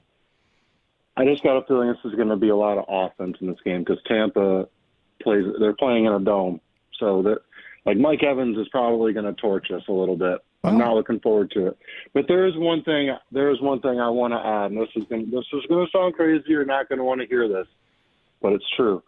Last time Michigan football won a natty, the Lions lost to Tampa Bay in the playoffs. You're very right. We did not want to hear that. I know. I didn't want to read it. Is that true? Yeah, 97. So was it the 98 playoffs? Lions lost. The 97 playoffs that the Lions, it's when Barry ran for 2,000 yards, and they went and played Tampa and got beat by Tampa. And so that was before Michigan won the national championship. Well, technically days before. Okay, yeah. It was the 97 season. Okay, that's why I said it was a 98 playoffs. Because it was a 98 Rose Bowl. I looked it up. Yeah.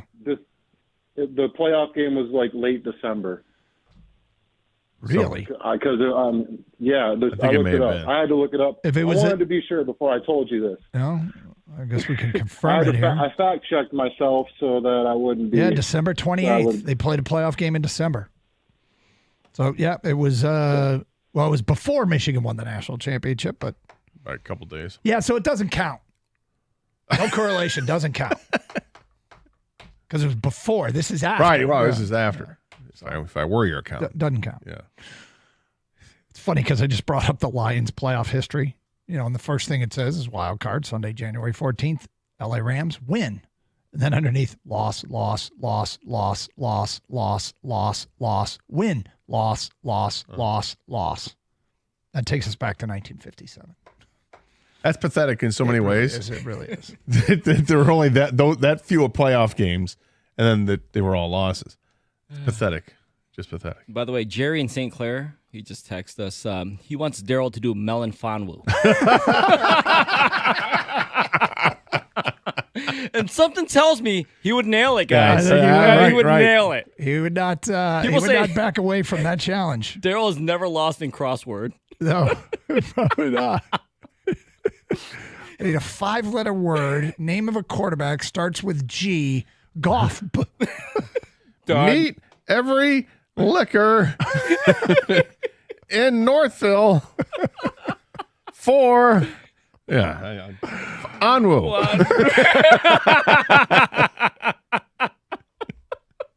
Nailed it. Woo! Yeah. Next. I go to sleep. Levi Unzarike. I'm out. Gotta go to bed, guys. You come back and it would be Anzarike. All right, we'll take 10 texts coming up later. We're short, late on a break. 97.1.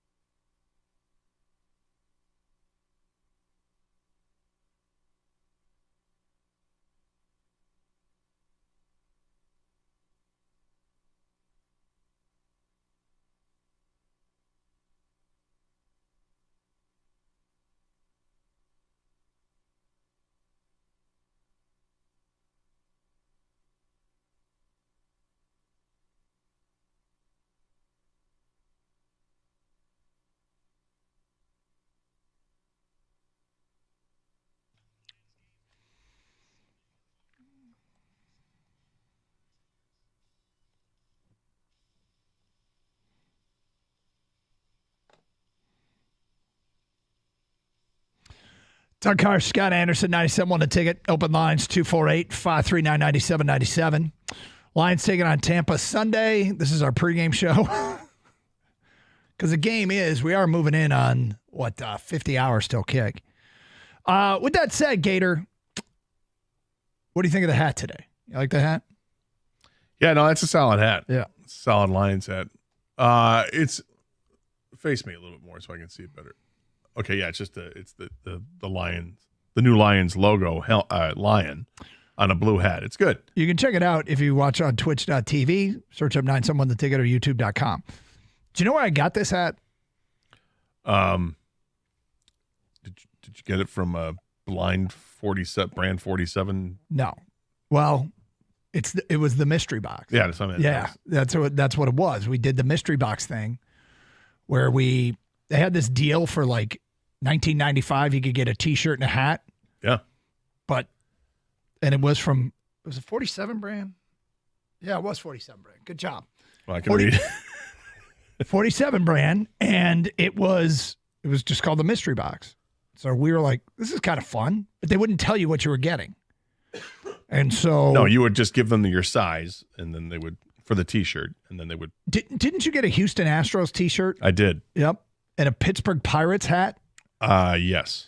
I got a Lions. We did it twice, I think. Yep, I got a Lions hat. I got some professional lacrosse team's hat, which my daughter loves and still wears the hat to this day.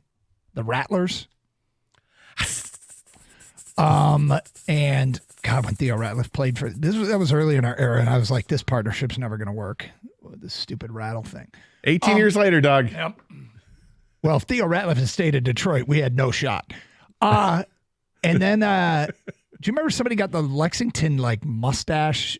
There was a minor league team. Something like I do remember that. Because we did it twice. One time I got a Dodgers hat, and I exchanged that with Kang, and Kang had got like a Cape Cod League all-star hat or something like that. So I still have that one. See if I can figure out what minor league team this is. Lexington. And my Pirates hat was old pirate hat. So it was like almost like a black or a slate gray hat with a white P. Yeah. It's really cool. I like that hat a lot. So it's the Lexington Legends, and on their hat there's a mustache. And that was pretty sweet. But 248-539-9797. Let's get back to your phone calls. Dan and Macomb, you're next. Hi, Dan. Hey, guys. Doug Gator, fantastic show. Thank you. I can't say it enough. So I have a score of 28-17. Y, I, J, I, T, and Johnson I trust, man. And Doug, I apologize for my ignorance, but you do receive a ring, don't you, from Michigan? Not that I'm aware of, but oh, really? Yeah, okay. I might. He's 28-1. I am 28-1. Yeah, I never heard you mention on the show, so I was just curious. That'd be cool. I got a funny story. And ironic, you know what's interesting, Dan? In an ironic twist, Doug doesn't, but I do. Who knew? How's that? I don't know. Who knew? It'd be pretty fun. Hey, so I got a funny story, you guys. So whenever you guys mention Chesty, right? It's my wife and I have this little thing we do. If she's getting ready and the chest is exposed, all right, hold on. We can call Chesties and we do a little hug. So when you guys always bring it up, I get a little kick out of it. So wait a second. Oh, Yeah. when she's unclothed, if you call Chesty, you get a hug. Yeah, she calls it too, Chesties, and we just kind of go up and hug. So do you like trip over yourself, Chesty? I do. I bet you do. She steps in the shower. He's in the corner going, Chesty! Right. Chesty! And she might even hear it on your show once in a while. It's like, hey, I got a free one. I got to tell you. By the way, I got to tell you, she's probably thrilled that you're calling and telling all of Metro Detroit that you guys do this. She would be totally embarrassed. And by the way, my sister lives in Nashville, and my sister has blessed my heart more than once. All right, Go Lions, guys. So Dan and Macomb, who has Thanks, a sister in Nashville, has just absolutely humiliated his wife. No. Why is it humiliating? Because he said she'd be embarrassed. It's just, I guess. But it's something they do. It's fun. I think it's awesome. I think it's great. Yeah, when I first used the term, Chesty, I don't know where it came from or why I did it, but it's clearly become part of the show. Yeah, well, it's certainly our show. But as I was walking in at the end of the crosstalk that you were doing with Stoney and Jansen, Mhm. Tom, the morning show producer, was telling me, he goes, we had some caller mention Chesty today, so it's starting to get into It's the really other, catching on. other day parts. Yeah, Well, I am chesty about this game. I'm feeling pretty chesty about it. 248-539-9797. All right, Gator. Peter King, writer for, who's he writing for now? He does the Good Morning Football thing on Pro Football Talk. Longtime Sports Illustrated, NFL veteran, longtime writer. Was on the morning show. And he was talking about the Lions win over the Rams. And he brought something up that may happen again this weekend. Okay, so he was looking back. Here's what Peter King said to the morning show. It was Tuesday or Wednesday. I can't remember which one, but he was looking back at that game and said something that we wanted to get people's predictions on what will be next. So Lions and Tampa, I want you to think about it. Tell me when. We're ready. All right, here we go. Peter King for the morning show.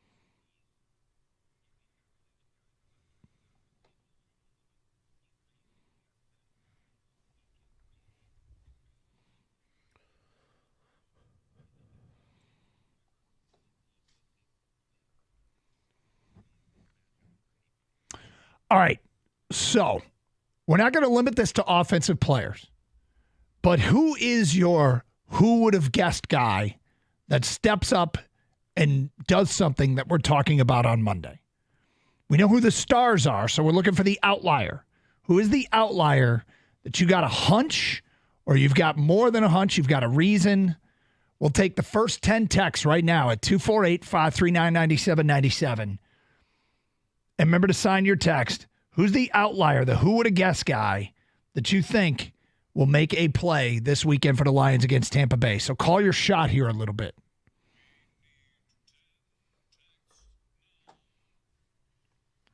Whew. Thunder snow. I don't need that again. What? Thunder snow? Yeah. Look, man, it's been a rough week. All Yeah. right. Yeah. Rough weekend, rough week. Now, Peter King mentioned that on Tuesday. Khalif Raymond is, I think he was limited in practice yesterday. Is he limited or is he still out? So that's not the point. The point is, who's your who would have guessed guy that you think can make a play this weekend for the Lions in this game against Tampa? Do you got somebody or are you still thinking? No, I do. I take some issue with what he had to say. Okay. Because you hate Peter King. Well, it's not it. And I want to make sure it doesn't sound like that.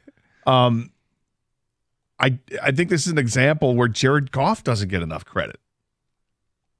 Okay? Yeah. You know, there's no doubt that Reynolds made a difference in those catches he made early in the game. I mean, St. Brown was a star. He was the one that went over 100 yards. Jared Goff is the guy who's finding these guys. Okay, you can say that it's Ben Johnson's offense, but Jared Goff has to execute that offense.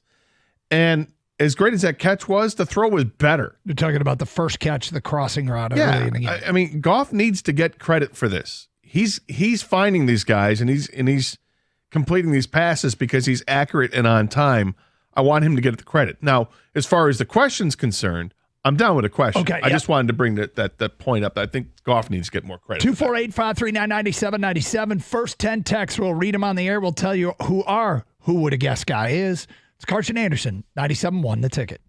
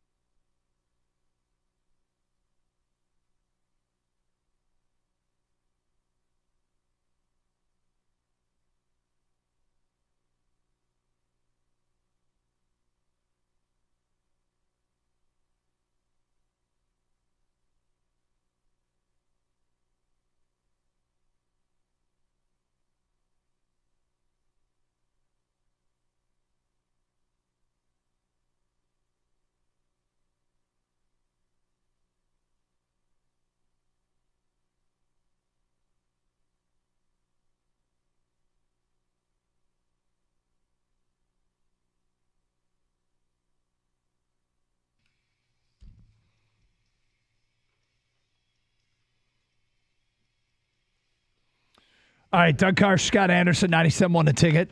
Who's your who would have guessed guy? Peter King said who would have guessed it would have been Josh Reynolds. And referring to last week's game that Reynolds had against the Rams, where he stepped up, without a doubt. He was the other guy that came to Detroit from the Rams. 5 catches, 80 yards, including a 33-yarder, and it was huge in the first 2 drives. Who would be your who would have guessed guy this week? Gator, I'm going to read these 10 texts as they came in, and then get your who would have guessed guy. And Kang, you got a who would have guessed guy? All right.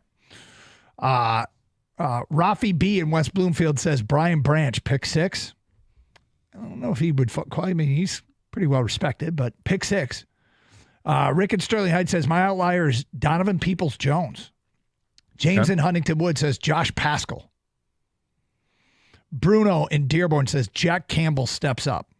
Josh in Ann Arbor, Craig Reynolds is going to spring a touchdown with a big block for J-Mo. Love it. Marty in Oak Park, Kendall Vildor will have an interception and 2 pass breakups. Brian in Macomb, Dan Skipper. No, Mr. Tackle eligible. Yep. Bear Slays, Penei Sewell is going to be involved in a trick play or get the ball in a clutch moment. Wow. Unnamed texter Brock Wright left alone due to Laporta. Kevin in New Haven says Alex Anzalone. Gator, who is any of those your who would have guessed guy? They're not, but I do like a lot of what people are saying there. I mean, I could see those things happening. I'm going to go with Ife Melifonwu. Oh, okay. I think he's going to come up with a couple of monster plays on defense. Quarterback sack, maybe a pass breakup. I think he's going to be a difference maker in the game. So I'm going to bring up a guy that is kind of forgotten, but a guy that people spent much of the year praising for having a bounce back year. And it's time to bounce back again. My who would have guessed guy is a player that was actually probably on most people's minds of a player that had played himself back into the good graces of Detroit, and then one play happened. I'm going to go with Derek Barnes making a play this weekend to get back in the good graces of Detroit fans. That would do it. Who would have guessed guy? Maybe it's a sack fumble, whatever it might be. I think Lions fans have forgiven him at this point. I don't know, man. I was shocked at the vitriol that was that week afterwards. They are hosting a playoff game. I know, man. It worked out. It was okay. It did work out, and the game that they lost turned out they got the same result anyway had they won it. Yeah. However, I guess I was pretty surprised at how mad people were. I understand being mad, but that came across as some of the people thinking it was unforgivable. Yeah, they were not happy. Kang, who is your who would have guessed guy? Mine's going to be DPJ, and it's not going to be receiving. It's going to be punt return because I don't think Leaf is going to be playing. I think DPJ makes a big play in the special teams area, and who would have thought, right? Yep. I mean, we start the year, I think it was Marvin Jones, basically the spot that he took. And when they made the trade for him, I think people were worried about Jamison Williams and whatever. No, they just wanted depth at the receiving position. And he's actually made a couple really tough catches. I think he literally only has made a couple catches, but I feel like they've all been tough. But I think he makes his presence felt on the return game. There you go. 248-539-9797. Let's get back to your open line calls. We got a Phil. You're on 97.1 The Ticket. Hello. Phil. My name is not really Phil, but I love when you guys do that. So I was calling in because the who would have guessed guy, I was going to go with Donovan Peoples-Jones, but Kanger stole it from me right before the call. Yeah. Stole his thunder. I love Kanger's insight, though, but my call mostly just a comment about Jared Goff, and I think Gator's the smartest guy in the room right now, and just in the fact that he's extremely accurate and he's always on time. I think if you look at, the highlights of most of our receivers throughout the year, there's not a lot of great catches because the ball's right there. So obviously he misses sometimes, but he's delaying and on time. So I just think people need to give Jared Goff a little bit more respect. And I think if he goes for 350 and 3 touchdowns, it would, I mean, people may just get on. Yeah, look, that was another surprise this week was That Goff didn't apparently have 100% support. I don't want to overstate it either. We had a handful of callers sprinkled into the show that were not wanting to commit to Jared Goff and in fact thinking that the answer was in-house with Hendon Hooker, which is wonderfully optimistic for a player that we haven't even seen throw a pass in an NFL game yet. You know, I was thinking a little bit about after that show, driving home and thinking, God, I'm really surprised at the calls that we got. And then I thought back to the entire locker room video from this win over the Rams. And there's a longer version of the one that got, I think, sent out on social media by the Lions that starts with Lion players celebrating in the locker room. Mm-hmm. But guys who had on-field responsibilities, like interviews, start to trickle in. Aiden Hutchinson came in late. And I guess it got to the point where they were all waiting on Jared Goff. And the locker room started chanting, Jared Goff, Jared Goff. And it went on for a while before he came into the locker room. And it made me realize that when you have a successful team that believes that much in their guy, this is not something you want to break up. This is not something you want to break up. These players that have bought into the message sent by Dan Campbell, the message sent by Brad Holmes, the message sent by the coaching staff, and the message sent by the leader on the field, Jared Goff, they are completely bought in. And it's bringing out the best in more than just the quarterback. And I just thought, you can't fabricate that. Like the harmony and the lack of nonsense, a big part of that is leadership. And they believe in Jared Goff. And you don't chant like that waiting for your guy.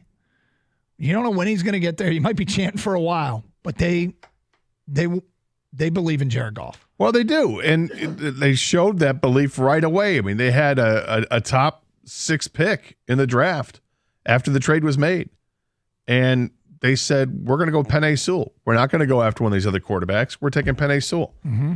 And it's the next year. You have the 2nd pick overall in the draft. You can take the top quarterback if you wanted to. And they're like, no, we're good. We'll take Aiden Hutchinson, and we still have our quarterback. It wasn't until the 3rd year, and they go in the 3rd round and take a quarterback that for a guy that isn't going to compete right away. It's a draft and stash guy for a year in Hendon Hooker because of the injury. They absolutely believe in him. And it was Brad Holmes who knew him. It was Dan Campbell, who's the coach, and then instilled that confidence in him and demanded more from him. And halfway through that season, and things have been working swimmingly since then on his behalf. He's what you want, man. Now, is he mobile? No. And if mobility is your non-negotiable, I get it. I don't think you should have non-negotiables when it comes to sports because there's more than one way to get to a title. But I mean, if there are non-negotiables, it feels like the mobility thing should be so far down the list. Like, I want a quarterback that's accurate. Yep. Maybe more than anything else, make good decisions. There's a whole bunch of things that go there. Mobility, not having it matters. It just doesn't matter as much as everything else. If he does everything else extraordinarily well, then I don't care. The previous guy was more mobile, but the previous guy, who we have an embargo on, the big knock was you have to win. Yeah. Our guy has won a division. Our guy has won a playoff game. And hopefully has another one coming right now. Let's see it. But he's putting up the stats. He's the unquestioned leader of this team. And he's doing the winning that people were critical of the previous guy. So I'm not quite sure. Is he a 10 out of 10 in every category? No. Good luck finding that. Seriously, good luck finding that. Accept any shortcomings that you perceive and understand that nobody in our lifetime has accomplished what this guy accomplished from the quarterback position. As far as the winning, the stats, the leadership, and it's right there to keep him long term. I just don't understand why you wouldn't. And you know what? I was thinking about this too. We keep talking about how we're at the beginning. We hope that we're at the beginning of the window opening. The window didn't open this year. The window opened last year, and it carried over to this year. When they won the 8 of 10 down the stretch, that was the beginning of the turnaround of the Detroit Lions. And it carried from the 2022 season to the 2023 season. And there's no reason to believe it won't carry to the 2024 season. Correct. We don't have to talk about 2024 for hopefully several weeks. Yep. But, the sustainability of this Campbell Holmes project, it's all there. It's all there. It is. And I think, the roadblocks that'll come, I think you can easily not easily, it's not easy to overcome adversity like that, but they're going to have to overcome the fact that they're going to lose at least one and maybe two coordinators. Yep. I think everybody seems to think that Ben Johnson's going to get the job with Washington and that Aaron Glenn could get a job as well. But I have faith that Dan Campbell and Brad Holmes will find replacements for those guys, whether it's in-house or out-of-house, they'll find it, and wish them best of luck in their future endeavors. But don't have to worry about that for a while because we're still coaching, still playing, and they've got a monster game on Sunday. It's Carson Anderson, 97.1 The Ticket. Get your predictions in right now at 248-539-9797. We're writing these things down. We'll revisit them Monday following the Lions and Tampa Sunday at Ford Field. Hey, rev up the new year with a brand new Chevy truck or SUV from Sarah Chevrolet Sterling Heights as the #1 volume Chevy dealer in Michigan. Sarah Chevrolet Sterling Heights right now has a huge inventory of popular models like the legendary Silverado or the award-winning Equinox that are ready for you to test drive and take home today. So hurry into Sarah Chevrolet Sterling Heights today and get a 2024 and get your year off to a great start. Sarah Chevrolet Sterling Heights, 17.5 in Van Dyke in Sterling Heights. Call 87-SAY-SARAH or go to SAYSERRA.com. Together, let's drive.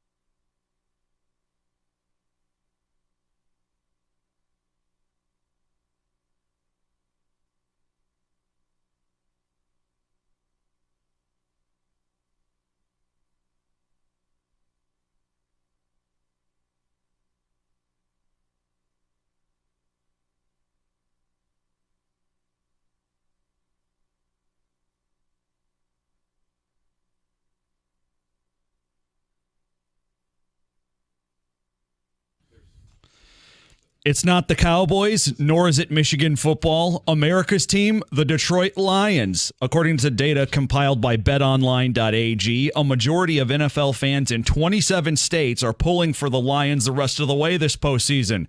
Detroit, the only team with over 10 states backing it, per BetOnline. The 49ers, the next closest, with 7. The Lions' divisional round opponent, the Bucs, are third with 2 states rooting for them.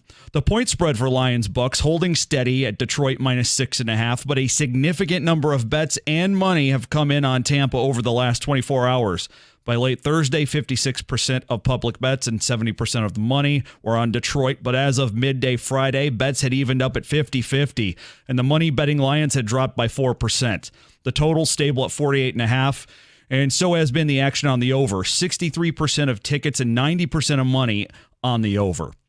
Don't worry about those shifting betting figures. Don't let that worry you, Lions fans. Stephen A. Smith is officially picking your team this weekend.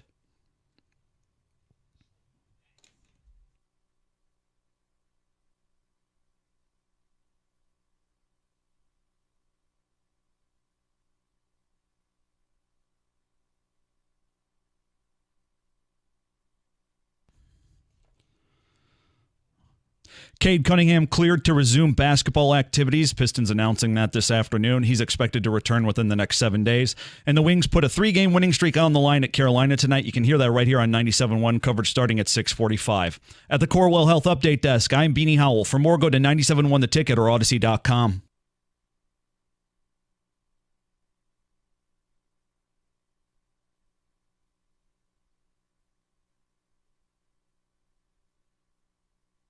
Last chance to get your predictions in this final hour. Carson Anderson this week. I got the Lions winning this game 27-16. I just think the Lions, again, defense stiffens in the red zone.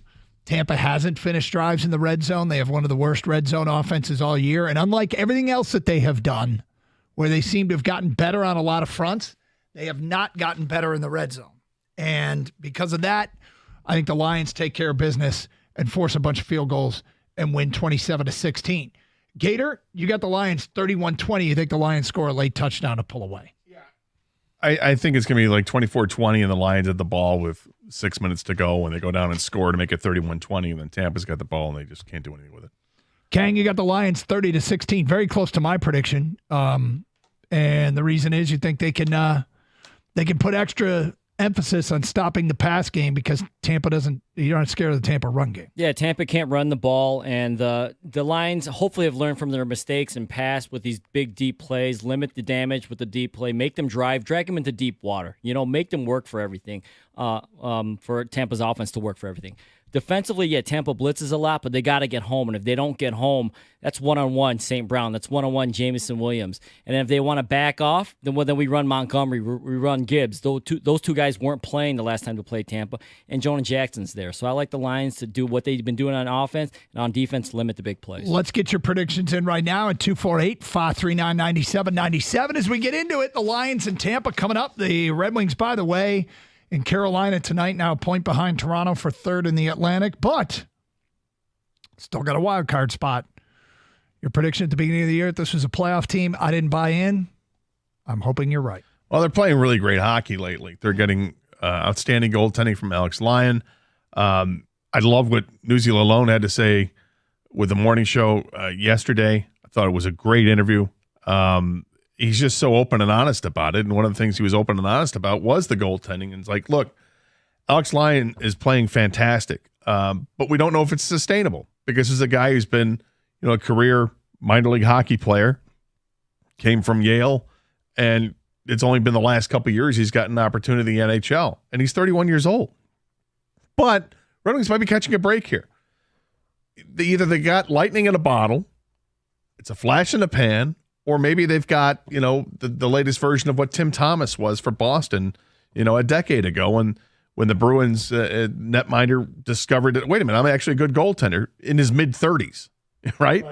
He just kind of came out of nowhere and all of a sudden was good. I don't know if that's the case with Alex Lyon, but the more they give him, the better he seems to look. And he's now qualified for enough games and minutes played that he's like in the top 5 in save percentage with over a 920 save percentage. That's great. And the team is playing better around him too. And one of the other things that Newsy said was that they're a tougher out before. I think the guys asked him, before you were critical of the team and saying they were too easy to play against. And he's like, yeah, I did. And I think that things have changed. We're keeping the puck out of the net, doing a better job of that with the goaltender. And, the defense in front is playing better hockey. And obviously they continue to score goals. Meanwhile, Michigan to Michigan State last night. Spartans winner over Minnesota. Michigan loses to Illinois. 248-539-9797. Big news, of course, is this Lions game against Tampa. Tampa, look, I know I'm chesty about a Lions win, but I do have respect for what Todd Bowles has done this year. This team's over-under before the season, 6.5. They won 9 games. They're off. They won their division. They hosted a playoff game. They beat a Philly team it was reeling, let's face it. But they took advantage of that. The first matchup with Philly took place in Tampa. Philly rushed for over 200 yards at 5 yards a carry. This rematch, Todd Bowles threw something completely different at him, walked 6 guys up to the line of scrimmage. And what did Philly do? 45 yards, 42 yards, whatever it was, on 2.8 yards a carry. Now, again, Philly was flawed, and maybe anybody was going to beat them the way they finished that season, but Tampa took advantage of that situation. And the crazy thing is, they're saying the exact same thing in Tampa that we are saying here in Detroit, which is, hey, if Green Bay takes care of business Saturday and we win, we host the NFC title game. So they've got that on the line as well, which is a place that I'm sure that fan base never thought they would be, because the only way that would happen as the 4 seed is if all the other division winners got upset. Now, only one has gone down so far, and that's who's the division winner? Philly. Philly's a division winner. Lost. Dallas. I'm sorry, Dallas won. Yeah. But nonetheless. Don't forget it was Dallas. Yes. It was Dallas. Don't forget it was Dallas. You're right. Oh. Wildly amusing. Bless your heart, Dallas. Yes. You tried. Yeah. So with that said, it's a tough matchup, but I do like – I think that Todd Bowles is going to throw something completely different at the Lions offense, but I like Ben Johnson's ability to adjust on the fly. Well, they're going to have to find a way to pressure Goff enough where Goff is throwing the ball before he wants to. And that's what they do by blitzing it as much as they do. I think there are only a couple teams in the league that blitz more than Tampa Bay has. But I think they threw a lot of that at him the first time around, and Goff lit him up for 350 yards. He was sacked 3 times, but Goff took care of the football. Didn't throw any picks, didn't fumble, took care of the ball, and they made some big plays. You had the Jamison Williams touchdown pass where Jamo kind of twisted around and caught it on a deep pass. And then you had the tremendous block by Craig Reynolds on the Amon-Ra St. Brown touchdown. It was a lot there. Lions did not run the ball in that first game. They ran it for 40 yards against Tampa. So they didn't have Jahmyr Gibbs. David Montgomery got hurt earlier in that game. They didn't have Jonah Jackson on the offensive line. These are things that they do have going into this weekend.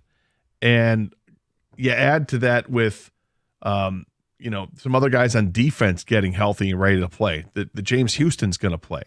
The Ife Melifonwu has emerged as a guy that's a playmaker on the defensive side. C.J. Gardner-Johnson is ready for his third game now with the Lions since he's come back from the injury, the pec injury. So you expect him to be playing even a bigger role. He played a lot of snaps, and he's going to be one of those leaders on defense. They've got guys that they didn't have the first time around, and they played well enough to win that game on the road, 20-6.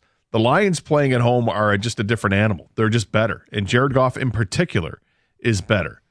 He had a spectacular game on the road at Tampa in the wind that day. It was very windy. Under these conditions at Ford Field, I really like what he can do. His quarterback rating is well over 100 at Ford Field. So I think that the offense will be humming. Can the defense do enough over an improved Baker Mayfield? As the season wore on, Baker got better and better. And these guys, he's hitting these guys in stride. They're catching the football for him. He's not throwing it willy-nilly. They're doing some things there. He's adding the tight end to the mix as well. Kang mentions the third receiver they have, Palmer, who's fast as hell, and he's becoming a part of the offense now. But Tampa is still a team that doesn't run the ball. And I think that's going to bode well for having a guy like James Houston come back and get his opportunities in pass rushing situations, and that he can complement Hutchinson on the other side and maybe both of these guys meet at the quarterback. We've broken down pretty much everything on both sides of the ball, right? Defensively, offensively, all that stuff. When it comes down to the playoffs, a lot of times it's really simple, guys. Who's got the better quarterback play? Who do you trust more? I definitely trust Jared Goff more than Baker Mayfield. Do not let Baker Mayfield beat you. Make him uncomfortable. Make him the Baker Mayfield that Gator did not respect at all in the beginning of the year. I think by the end of this playoff run, wherever it ends for the Lions, people will respect Jared Goff. I still kind of don't think they do. With all the numbers he puts up, with all the stats, when the game's on the line, they put the ball in his hands to throw for first downs. That's how much they believe in Jared Goff, and that's how much Jared Goff has command of this offense. Jared Goff is the better quarterback. I think the Lions win because of that. 248-539-9797. Get your picks in. We'll start knocking them down next. Hey, after an incredible NFL Super Wildcard weekend, we're on to the divisional round this weekend. It's win or go home. You'll always have a spot in the playoffs with FanDuel, America's #1 sportsbook. FanDuel has so many ways for you to pick up the W, like some of the more interesting props. There is parlays. Of course, there's the straight money line and point spreads, over-unders, all that stuff.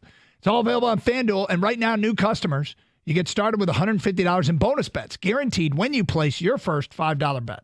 Just visit FanDuel.com/Doug to join today. That's FanDuel.com/Doug. FanDuel, an official sportsbook partner of the NFL. Must be 21 or older and present in Michigan. First online real money wager only. $10 first deposit required. Bonus issued as non-withdrawable bonus bets that expire 7 days after receipt. Restrictions apply. See terms at sportsbook.fanduel.com. Gambling problems? Call 1-800-270-7117 for confidential help.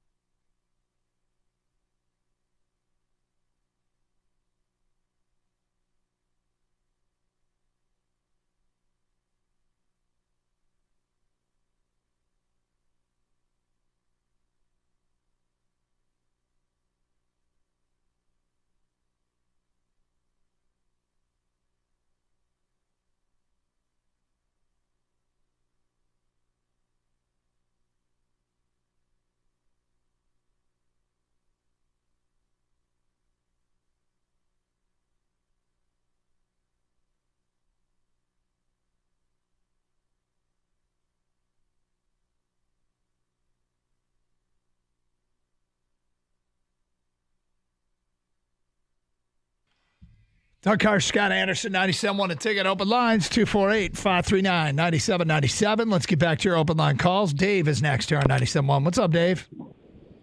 How are we doing today? We're great. You know, this is unbelievable. I'm 61 years old. My father watched it. My brothers, I watched it. It's just electrifying. Everywhere you look, you see lions, lions, lions. I mean, this is awesome. I don't disagree. You know, with the players coming back, I really feel we're just going to dominate this game. And I maybe I'm drinking the Kool-Aid, but I believe we're going to be in the playoffs. We're going to play for the Super Bowl, in other words. Who do you think is the player that's coming back that's going to make the biggest impact? Houston on the defensive line. I mean, with him and Hutchinson, I believe it brings a different caliber, you know, because they don't know what to line up. You got one going hard, you got the other guys going hard. Everyone's playing strong. It's like we're worried about the defense earlier in the year, and it's all clicking. It's unbelievable. It's like, pinch me, wake up. Well, there's an element of that it is hard to believe. I really actually don't have high expectations for Houston this weekend, and it's not because I don't respect him. I just think it's hard to impact this game, and I'm not sure how many snaps he actually gets. They obviously are going to play him. They wouldn't have activated him if they weren't going to play him. But, I mean, do you expect a big impact from him? I do. Do you? I do. I think he's been chomping at the bit to get back. I think he wanted to play last Sunday. They said, no, we're going to hold it off. And he forced their hand. He was like, look, it's Thursday. You got to make your decision up. I'm ready to go.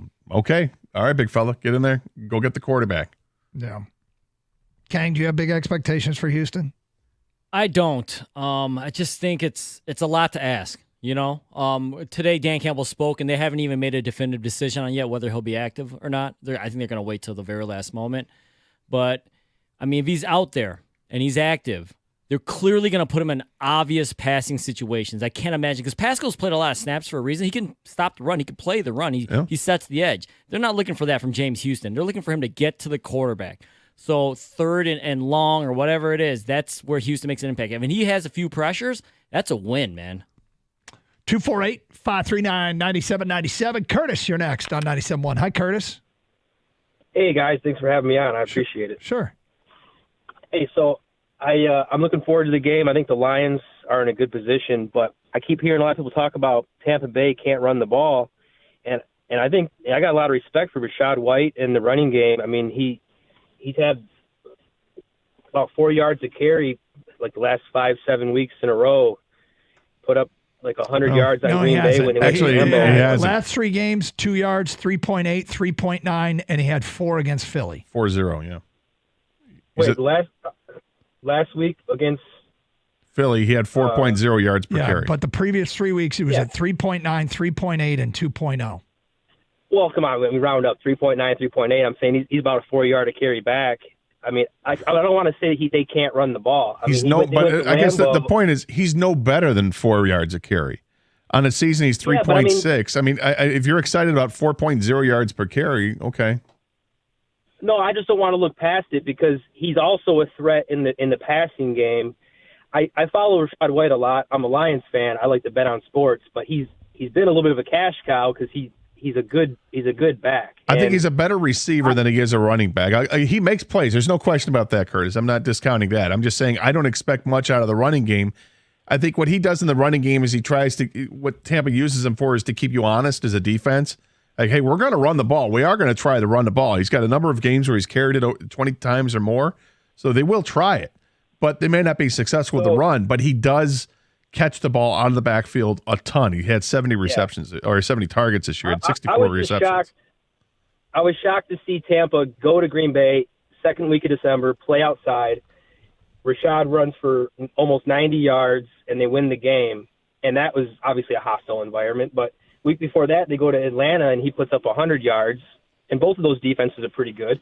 I just think that we can't look past the run game because if they got some play action and passing it out of the backfield, I just think it's more of a threat than what's kind of been – it's getting discounted. On the list of priorities defensively, I would have to think that Rachaad White would rank 4th or 5th. Behind Godwin, Mike Evans, behind the tight end. Yeah, definitely. I've been watching Baker the last few weeks, and he's taken some deep shots at Evans and Godwin, and those are guys that are threats. But out of all the backs in the top 20 in the NFL in rushing, he has the worst yards per carry.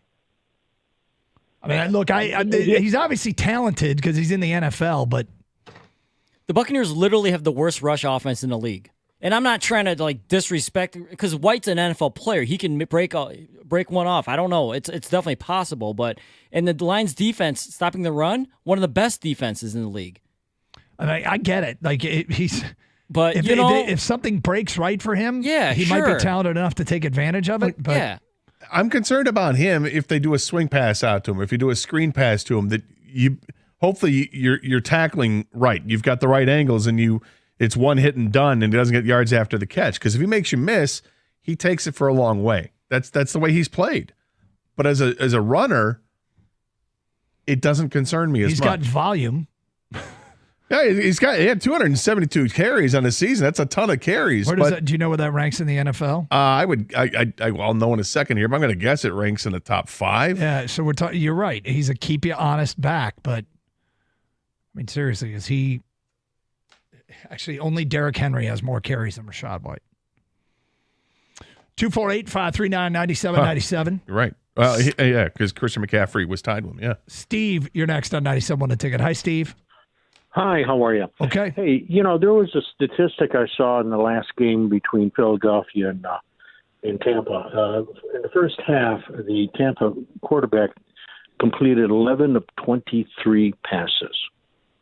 And I noticed in the first half, and I only watched the first half, that his passes were off target a lot. And I think he may be a bit overrated. I have no idea how many passes he completed and how many he tried for the whole game. But that first half, he didn't look sharp at all. In which game? If you're not going to the last game with the Eagles. Well, he finished up 22 out of 36 for 337 yards and 3 touchdowns. Which would have him 12 of 16 he must have had in a the great half. second half. Yeah, he was really good. But in the first half, he was terrible. And if he's going to be off by 3-4 yards one way or the other, and short or long or off to a side. Well, he's got to play well, Steve. You're right about that. I mean, you saw a snapshot in time where he wasn't great, but it'd be like somebody saying, boy, I watched the Lions in the third quarter of that game against the Rams, and Goff didn't do anything. I mean, they scored 16 points in the first half. They scored 16 points in the second half. Yeah. I grant you that, but I'm just making that observation. Yeah, I mean, the thing about Baker Mayfield is he's not going to be confused for an elite quarterback. And he's very rarely going to be, talked about amongst the league's best. He's simply playing better now than he was. But is that an accurate? Preach on. Yep. He's playing better now than he was. In the second half, he was his numbers were off. Second half, he went 11 of 12. So he was did much better in the second half. That's not bad. 248-539-9797. Anthony's in Northville, and he's next. What's up, Anthony? Hey, guys. Hey. Love your show. Thank you. Just calling to give my score for the game. Yep. And give you a reason why I think it's going to happen that way. 24-17, and I think this is a Ben Johnson appreciation game. Okay. Just because, I feel like, just watching last week when he set up like that fourth down touchdown, it brought in Skipper. And I think Goff knew he was going to have like tons of time on his blind side because Skipper didn't even move. And you knew the defense was like eyeing on him that he was going to go into the end zone for a touchdown. And they didn't even move. They didn't even try to rush. They didn't do anything on that left side. And so Johnson just like sets up plays from week on to the next week. And he like tricks the defense, and I mean, I'm gonna miss Ben Johnson when he's gone. I know. We only got him for 3 more games. and if I can add something too, like I think Dan Gamble, like I love Dan Gamble, and one of the reasons why we won that game was Jack Fox and his punts, and the reason why he got to blast those things was because they kept coming out and punt safe. They weren't even rushing, and he could take his time and just blast those punts. So, I mean, Dan Gamble's coming through in the playoffs without even having to gamble. It's a very good point. Yeah. Fox is killing it. He's been great. 2 things I want to bring up on Tampa's behalf. that goes to that I'm not sure if it's an advantage, but something that of note.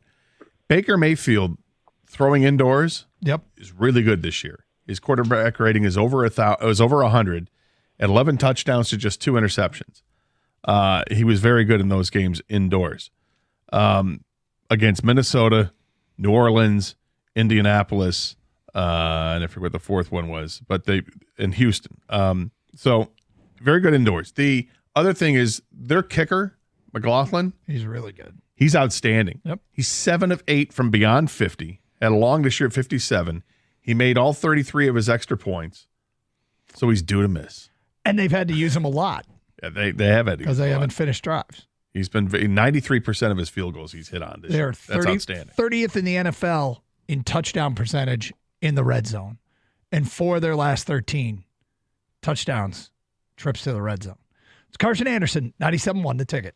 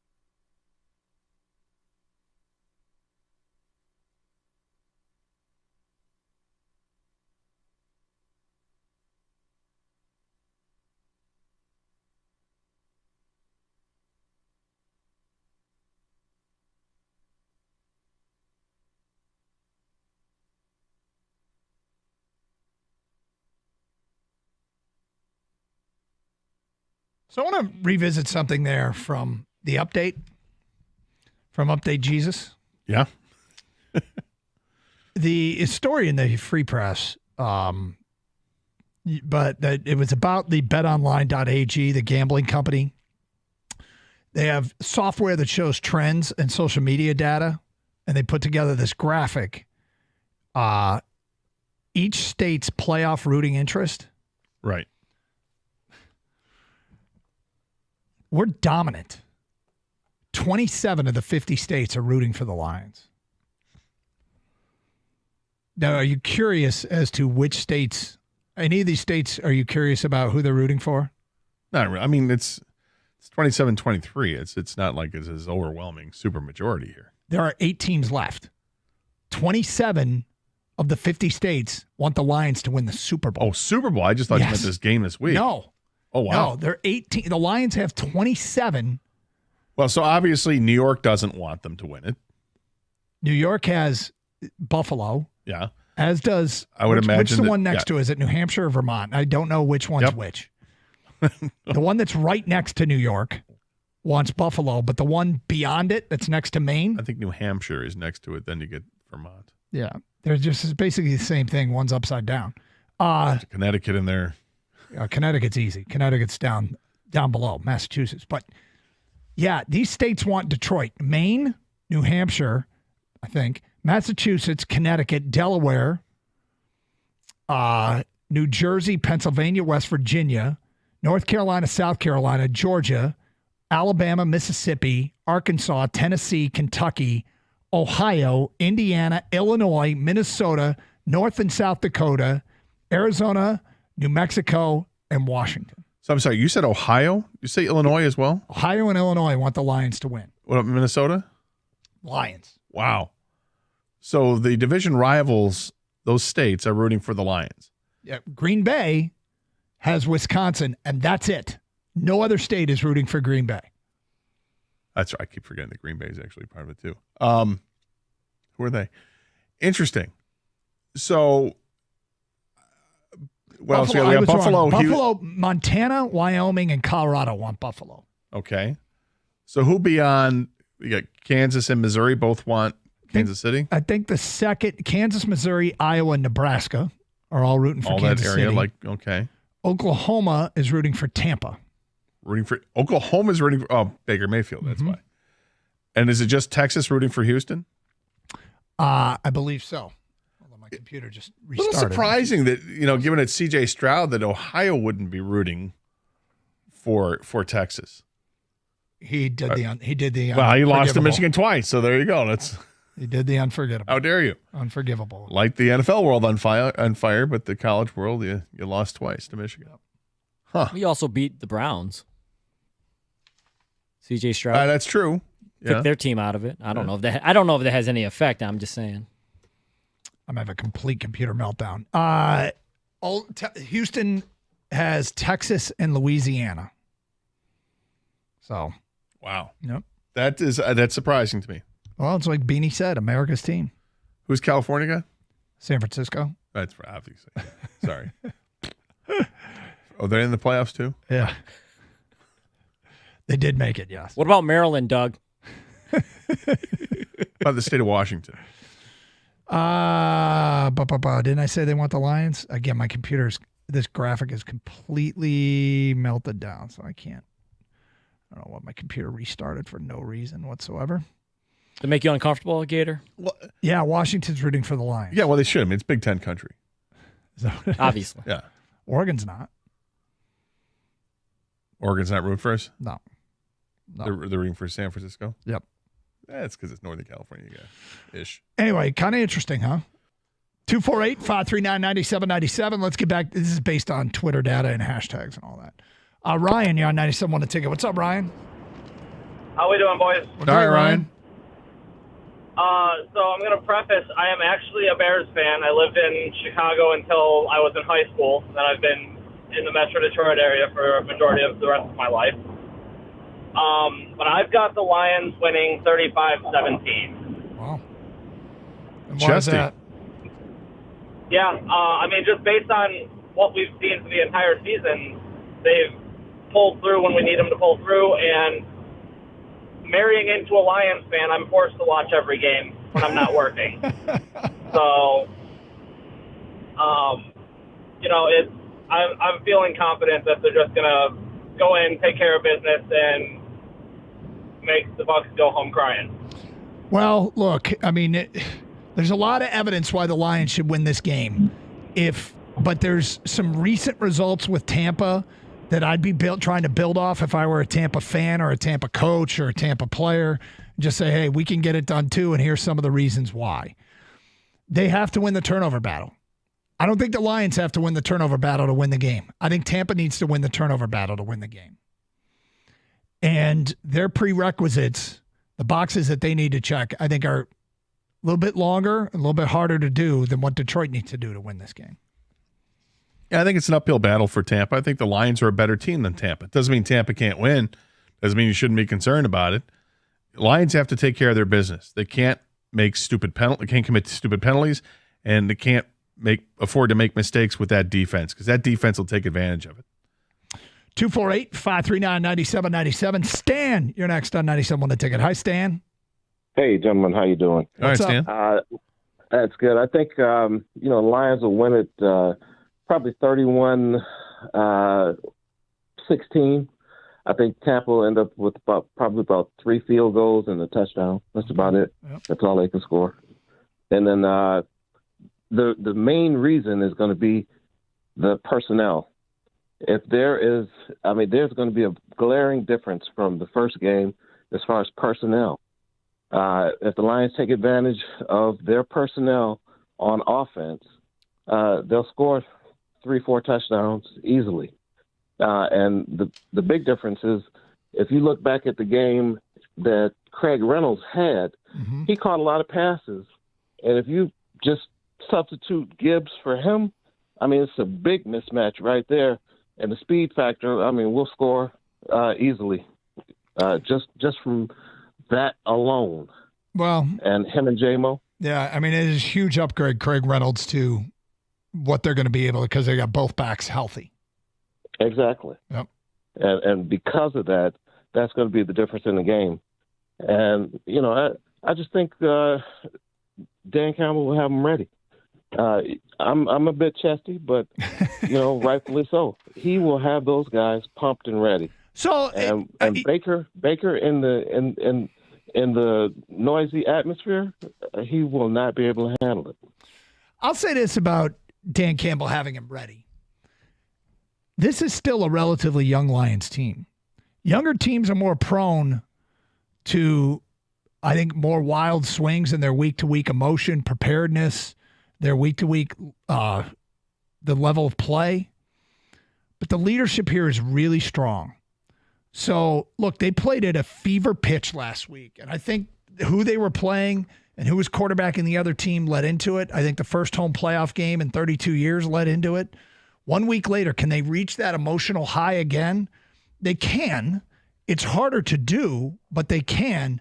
But I suspect that the team's leadership this week is going to set a tone. Like, if I were Dan Campbell, I would tend to think that I would have a week where I was came across as pretty disappointed in my team. Like, let them know what happened each week. It's going to be tougher. And your play needs to reflect that. And you need to play better than you played last week. And don't go soft on them in any way. And I don't think he would. No, I suspect that this team is going to be very well prepared for Sunday. I think they're all laser focused on what they have to do. They've got a quarterback who's their leader, who has been to the promised land, to the Super Bowl, and wants to win a Super Bowl. And you can't get there unless you win this game. And everybody is on the same page here. I think that they're in good shape. All right, let's pick some games.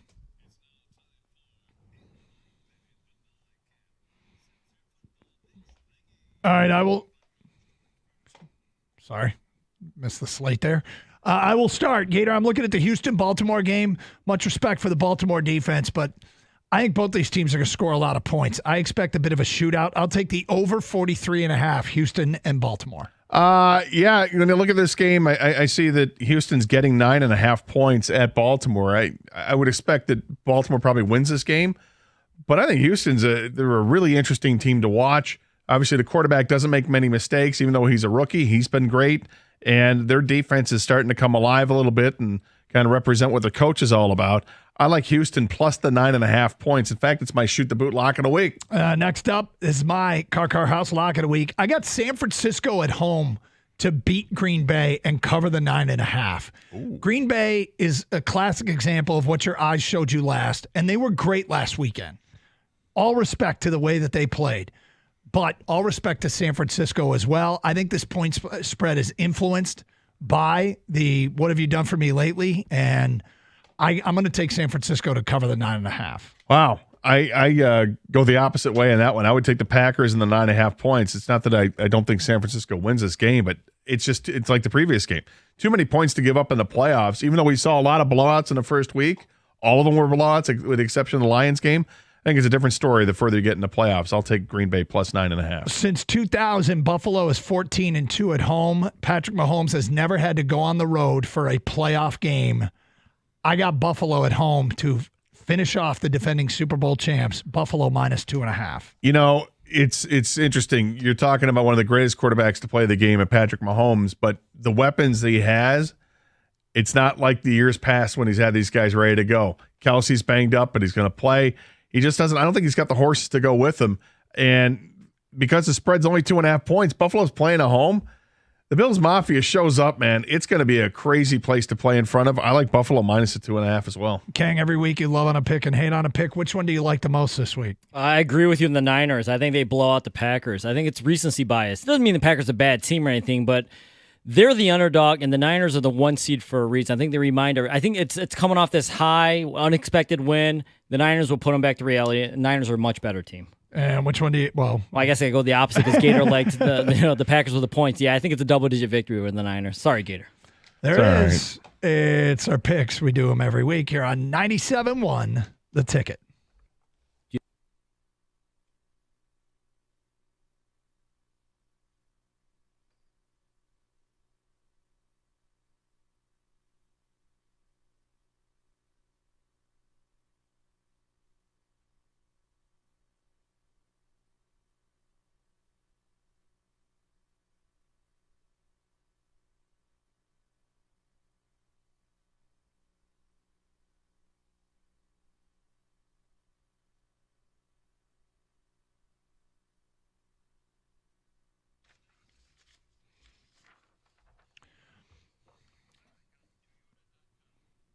Hey, during the winter, the last thing you need is plumbing issues. If you got them, call CGC Water Treatment and Plumbing at 855-339-4242.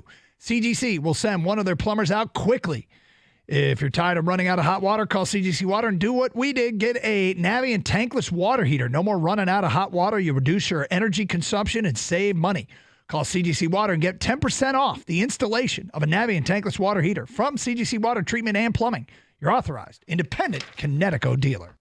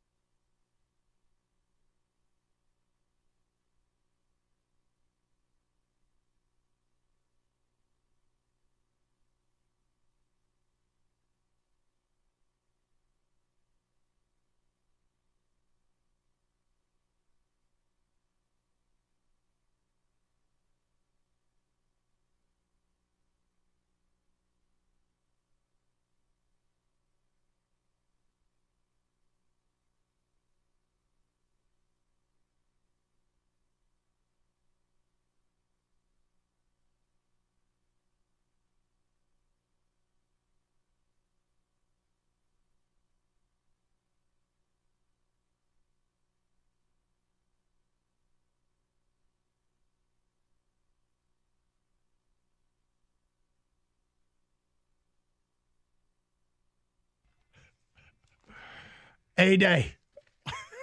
All day, A-Day.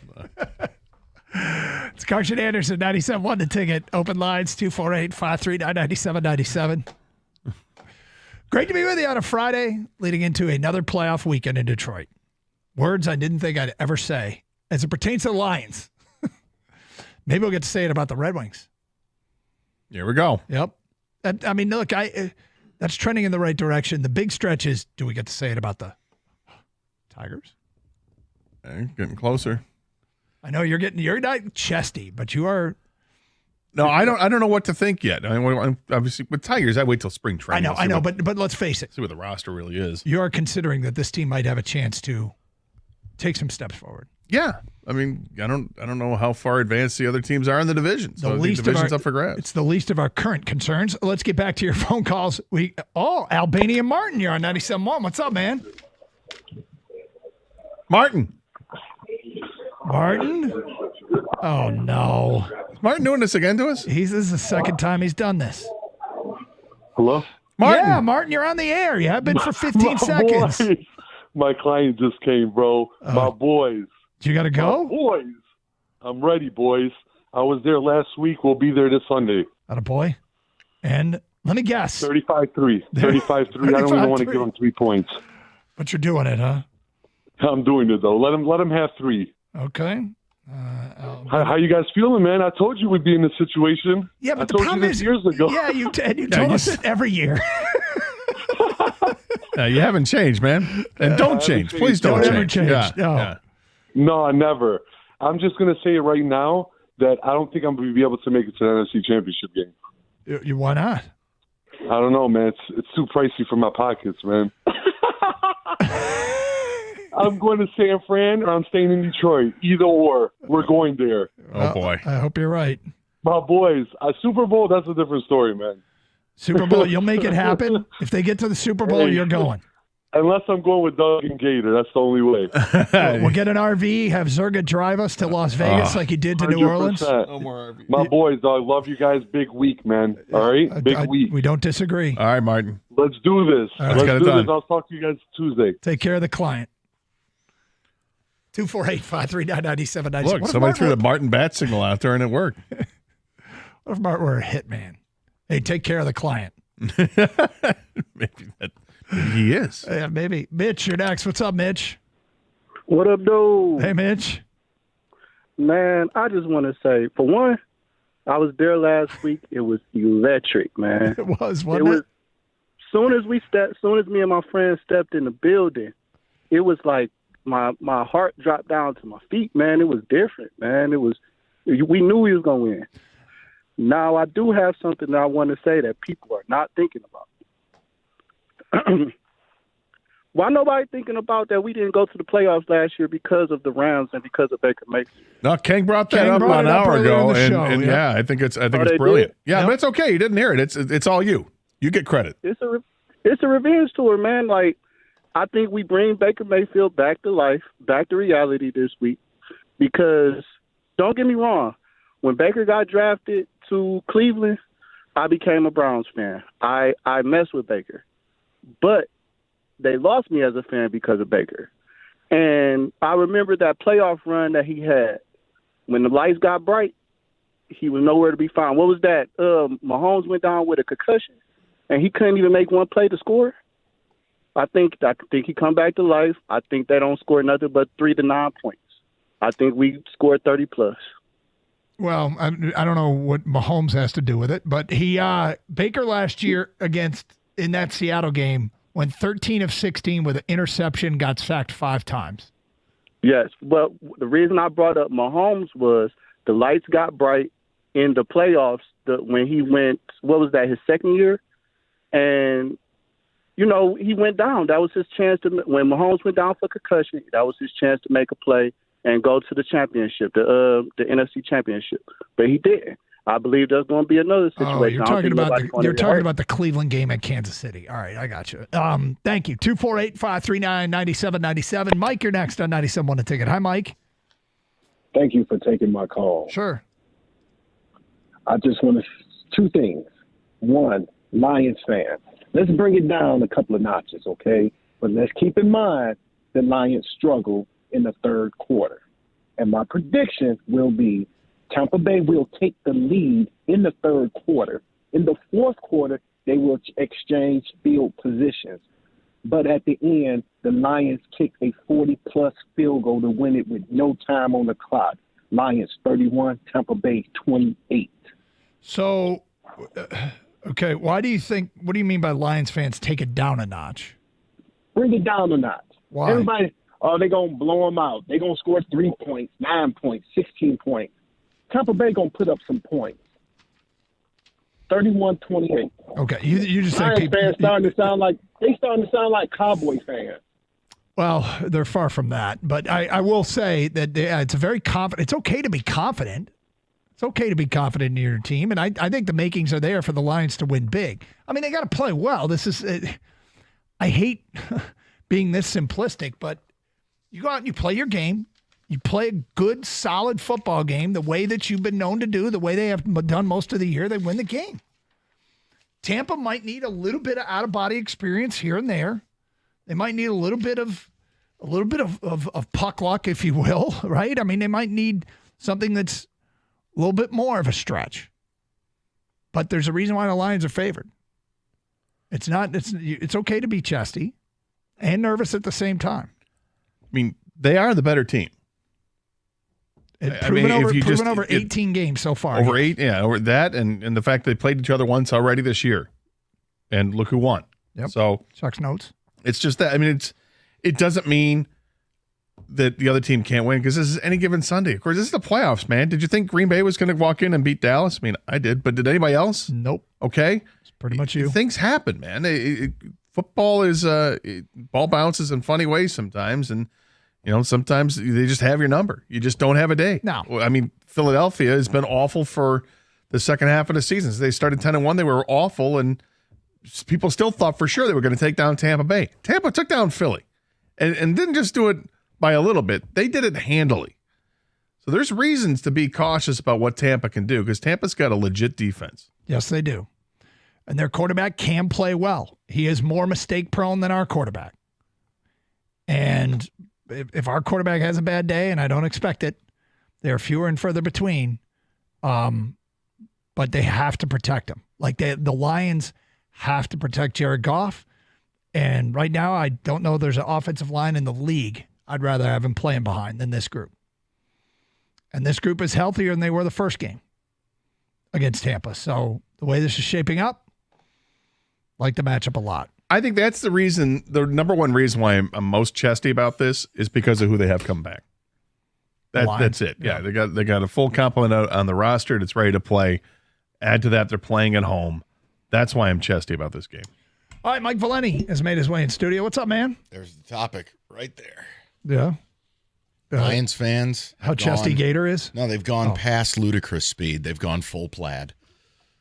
Like David just uttered something. David's like, it is impossible for them to lose this game. Okay, and I'm like, be careful. Let's be put that careful. out in the universe. You can't go ludicrous speed. I mean, to be fair, he's a Steeler guy, so he doesn't.